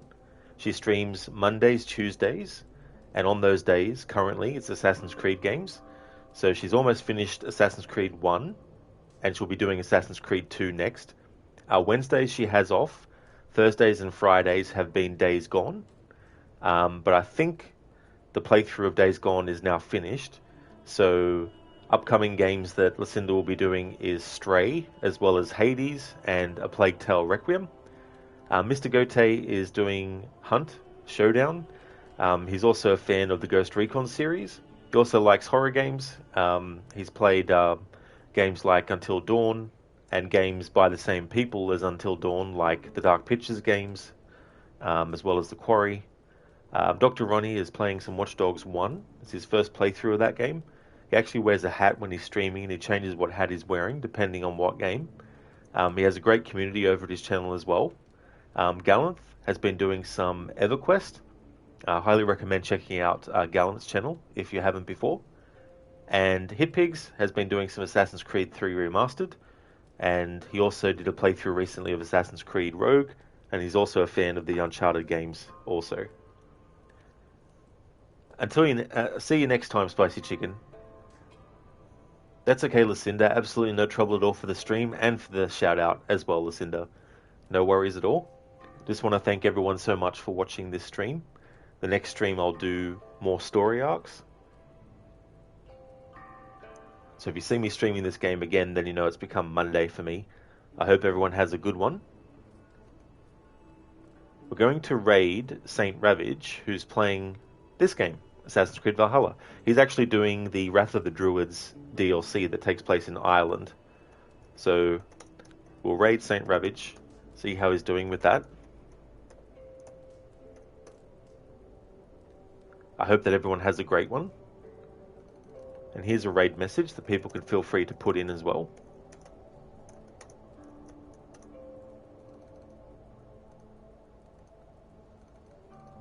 And there's also a different variation as well. But also feel free to do other variations of your own as well if you'd like to.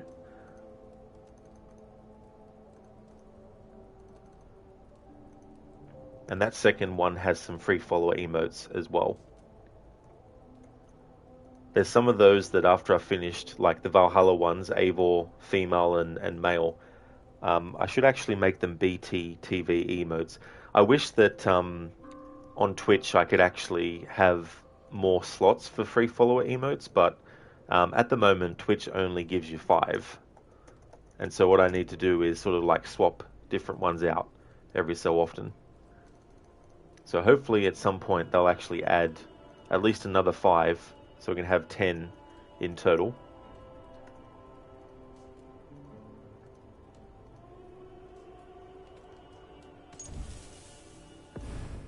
Catch you next time.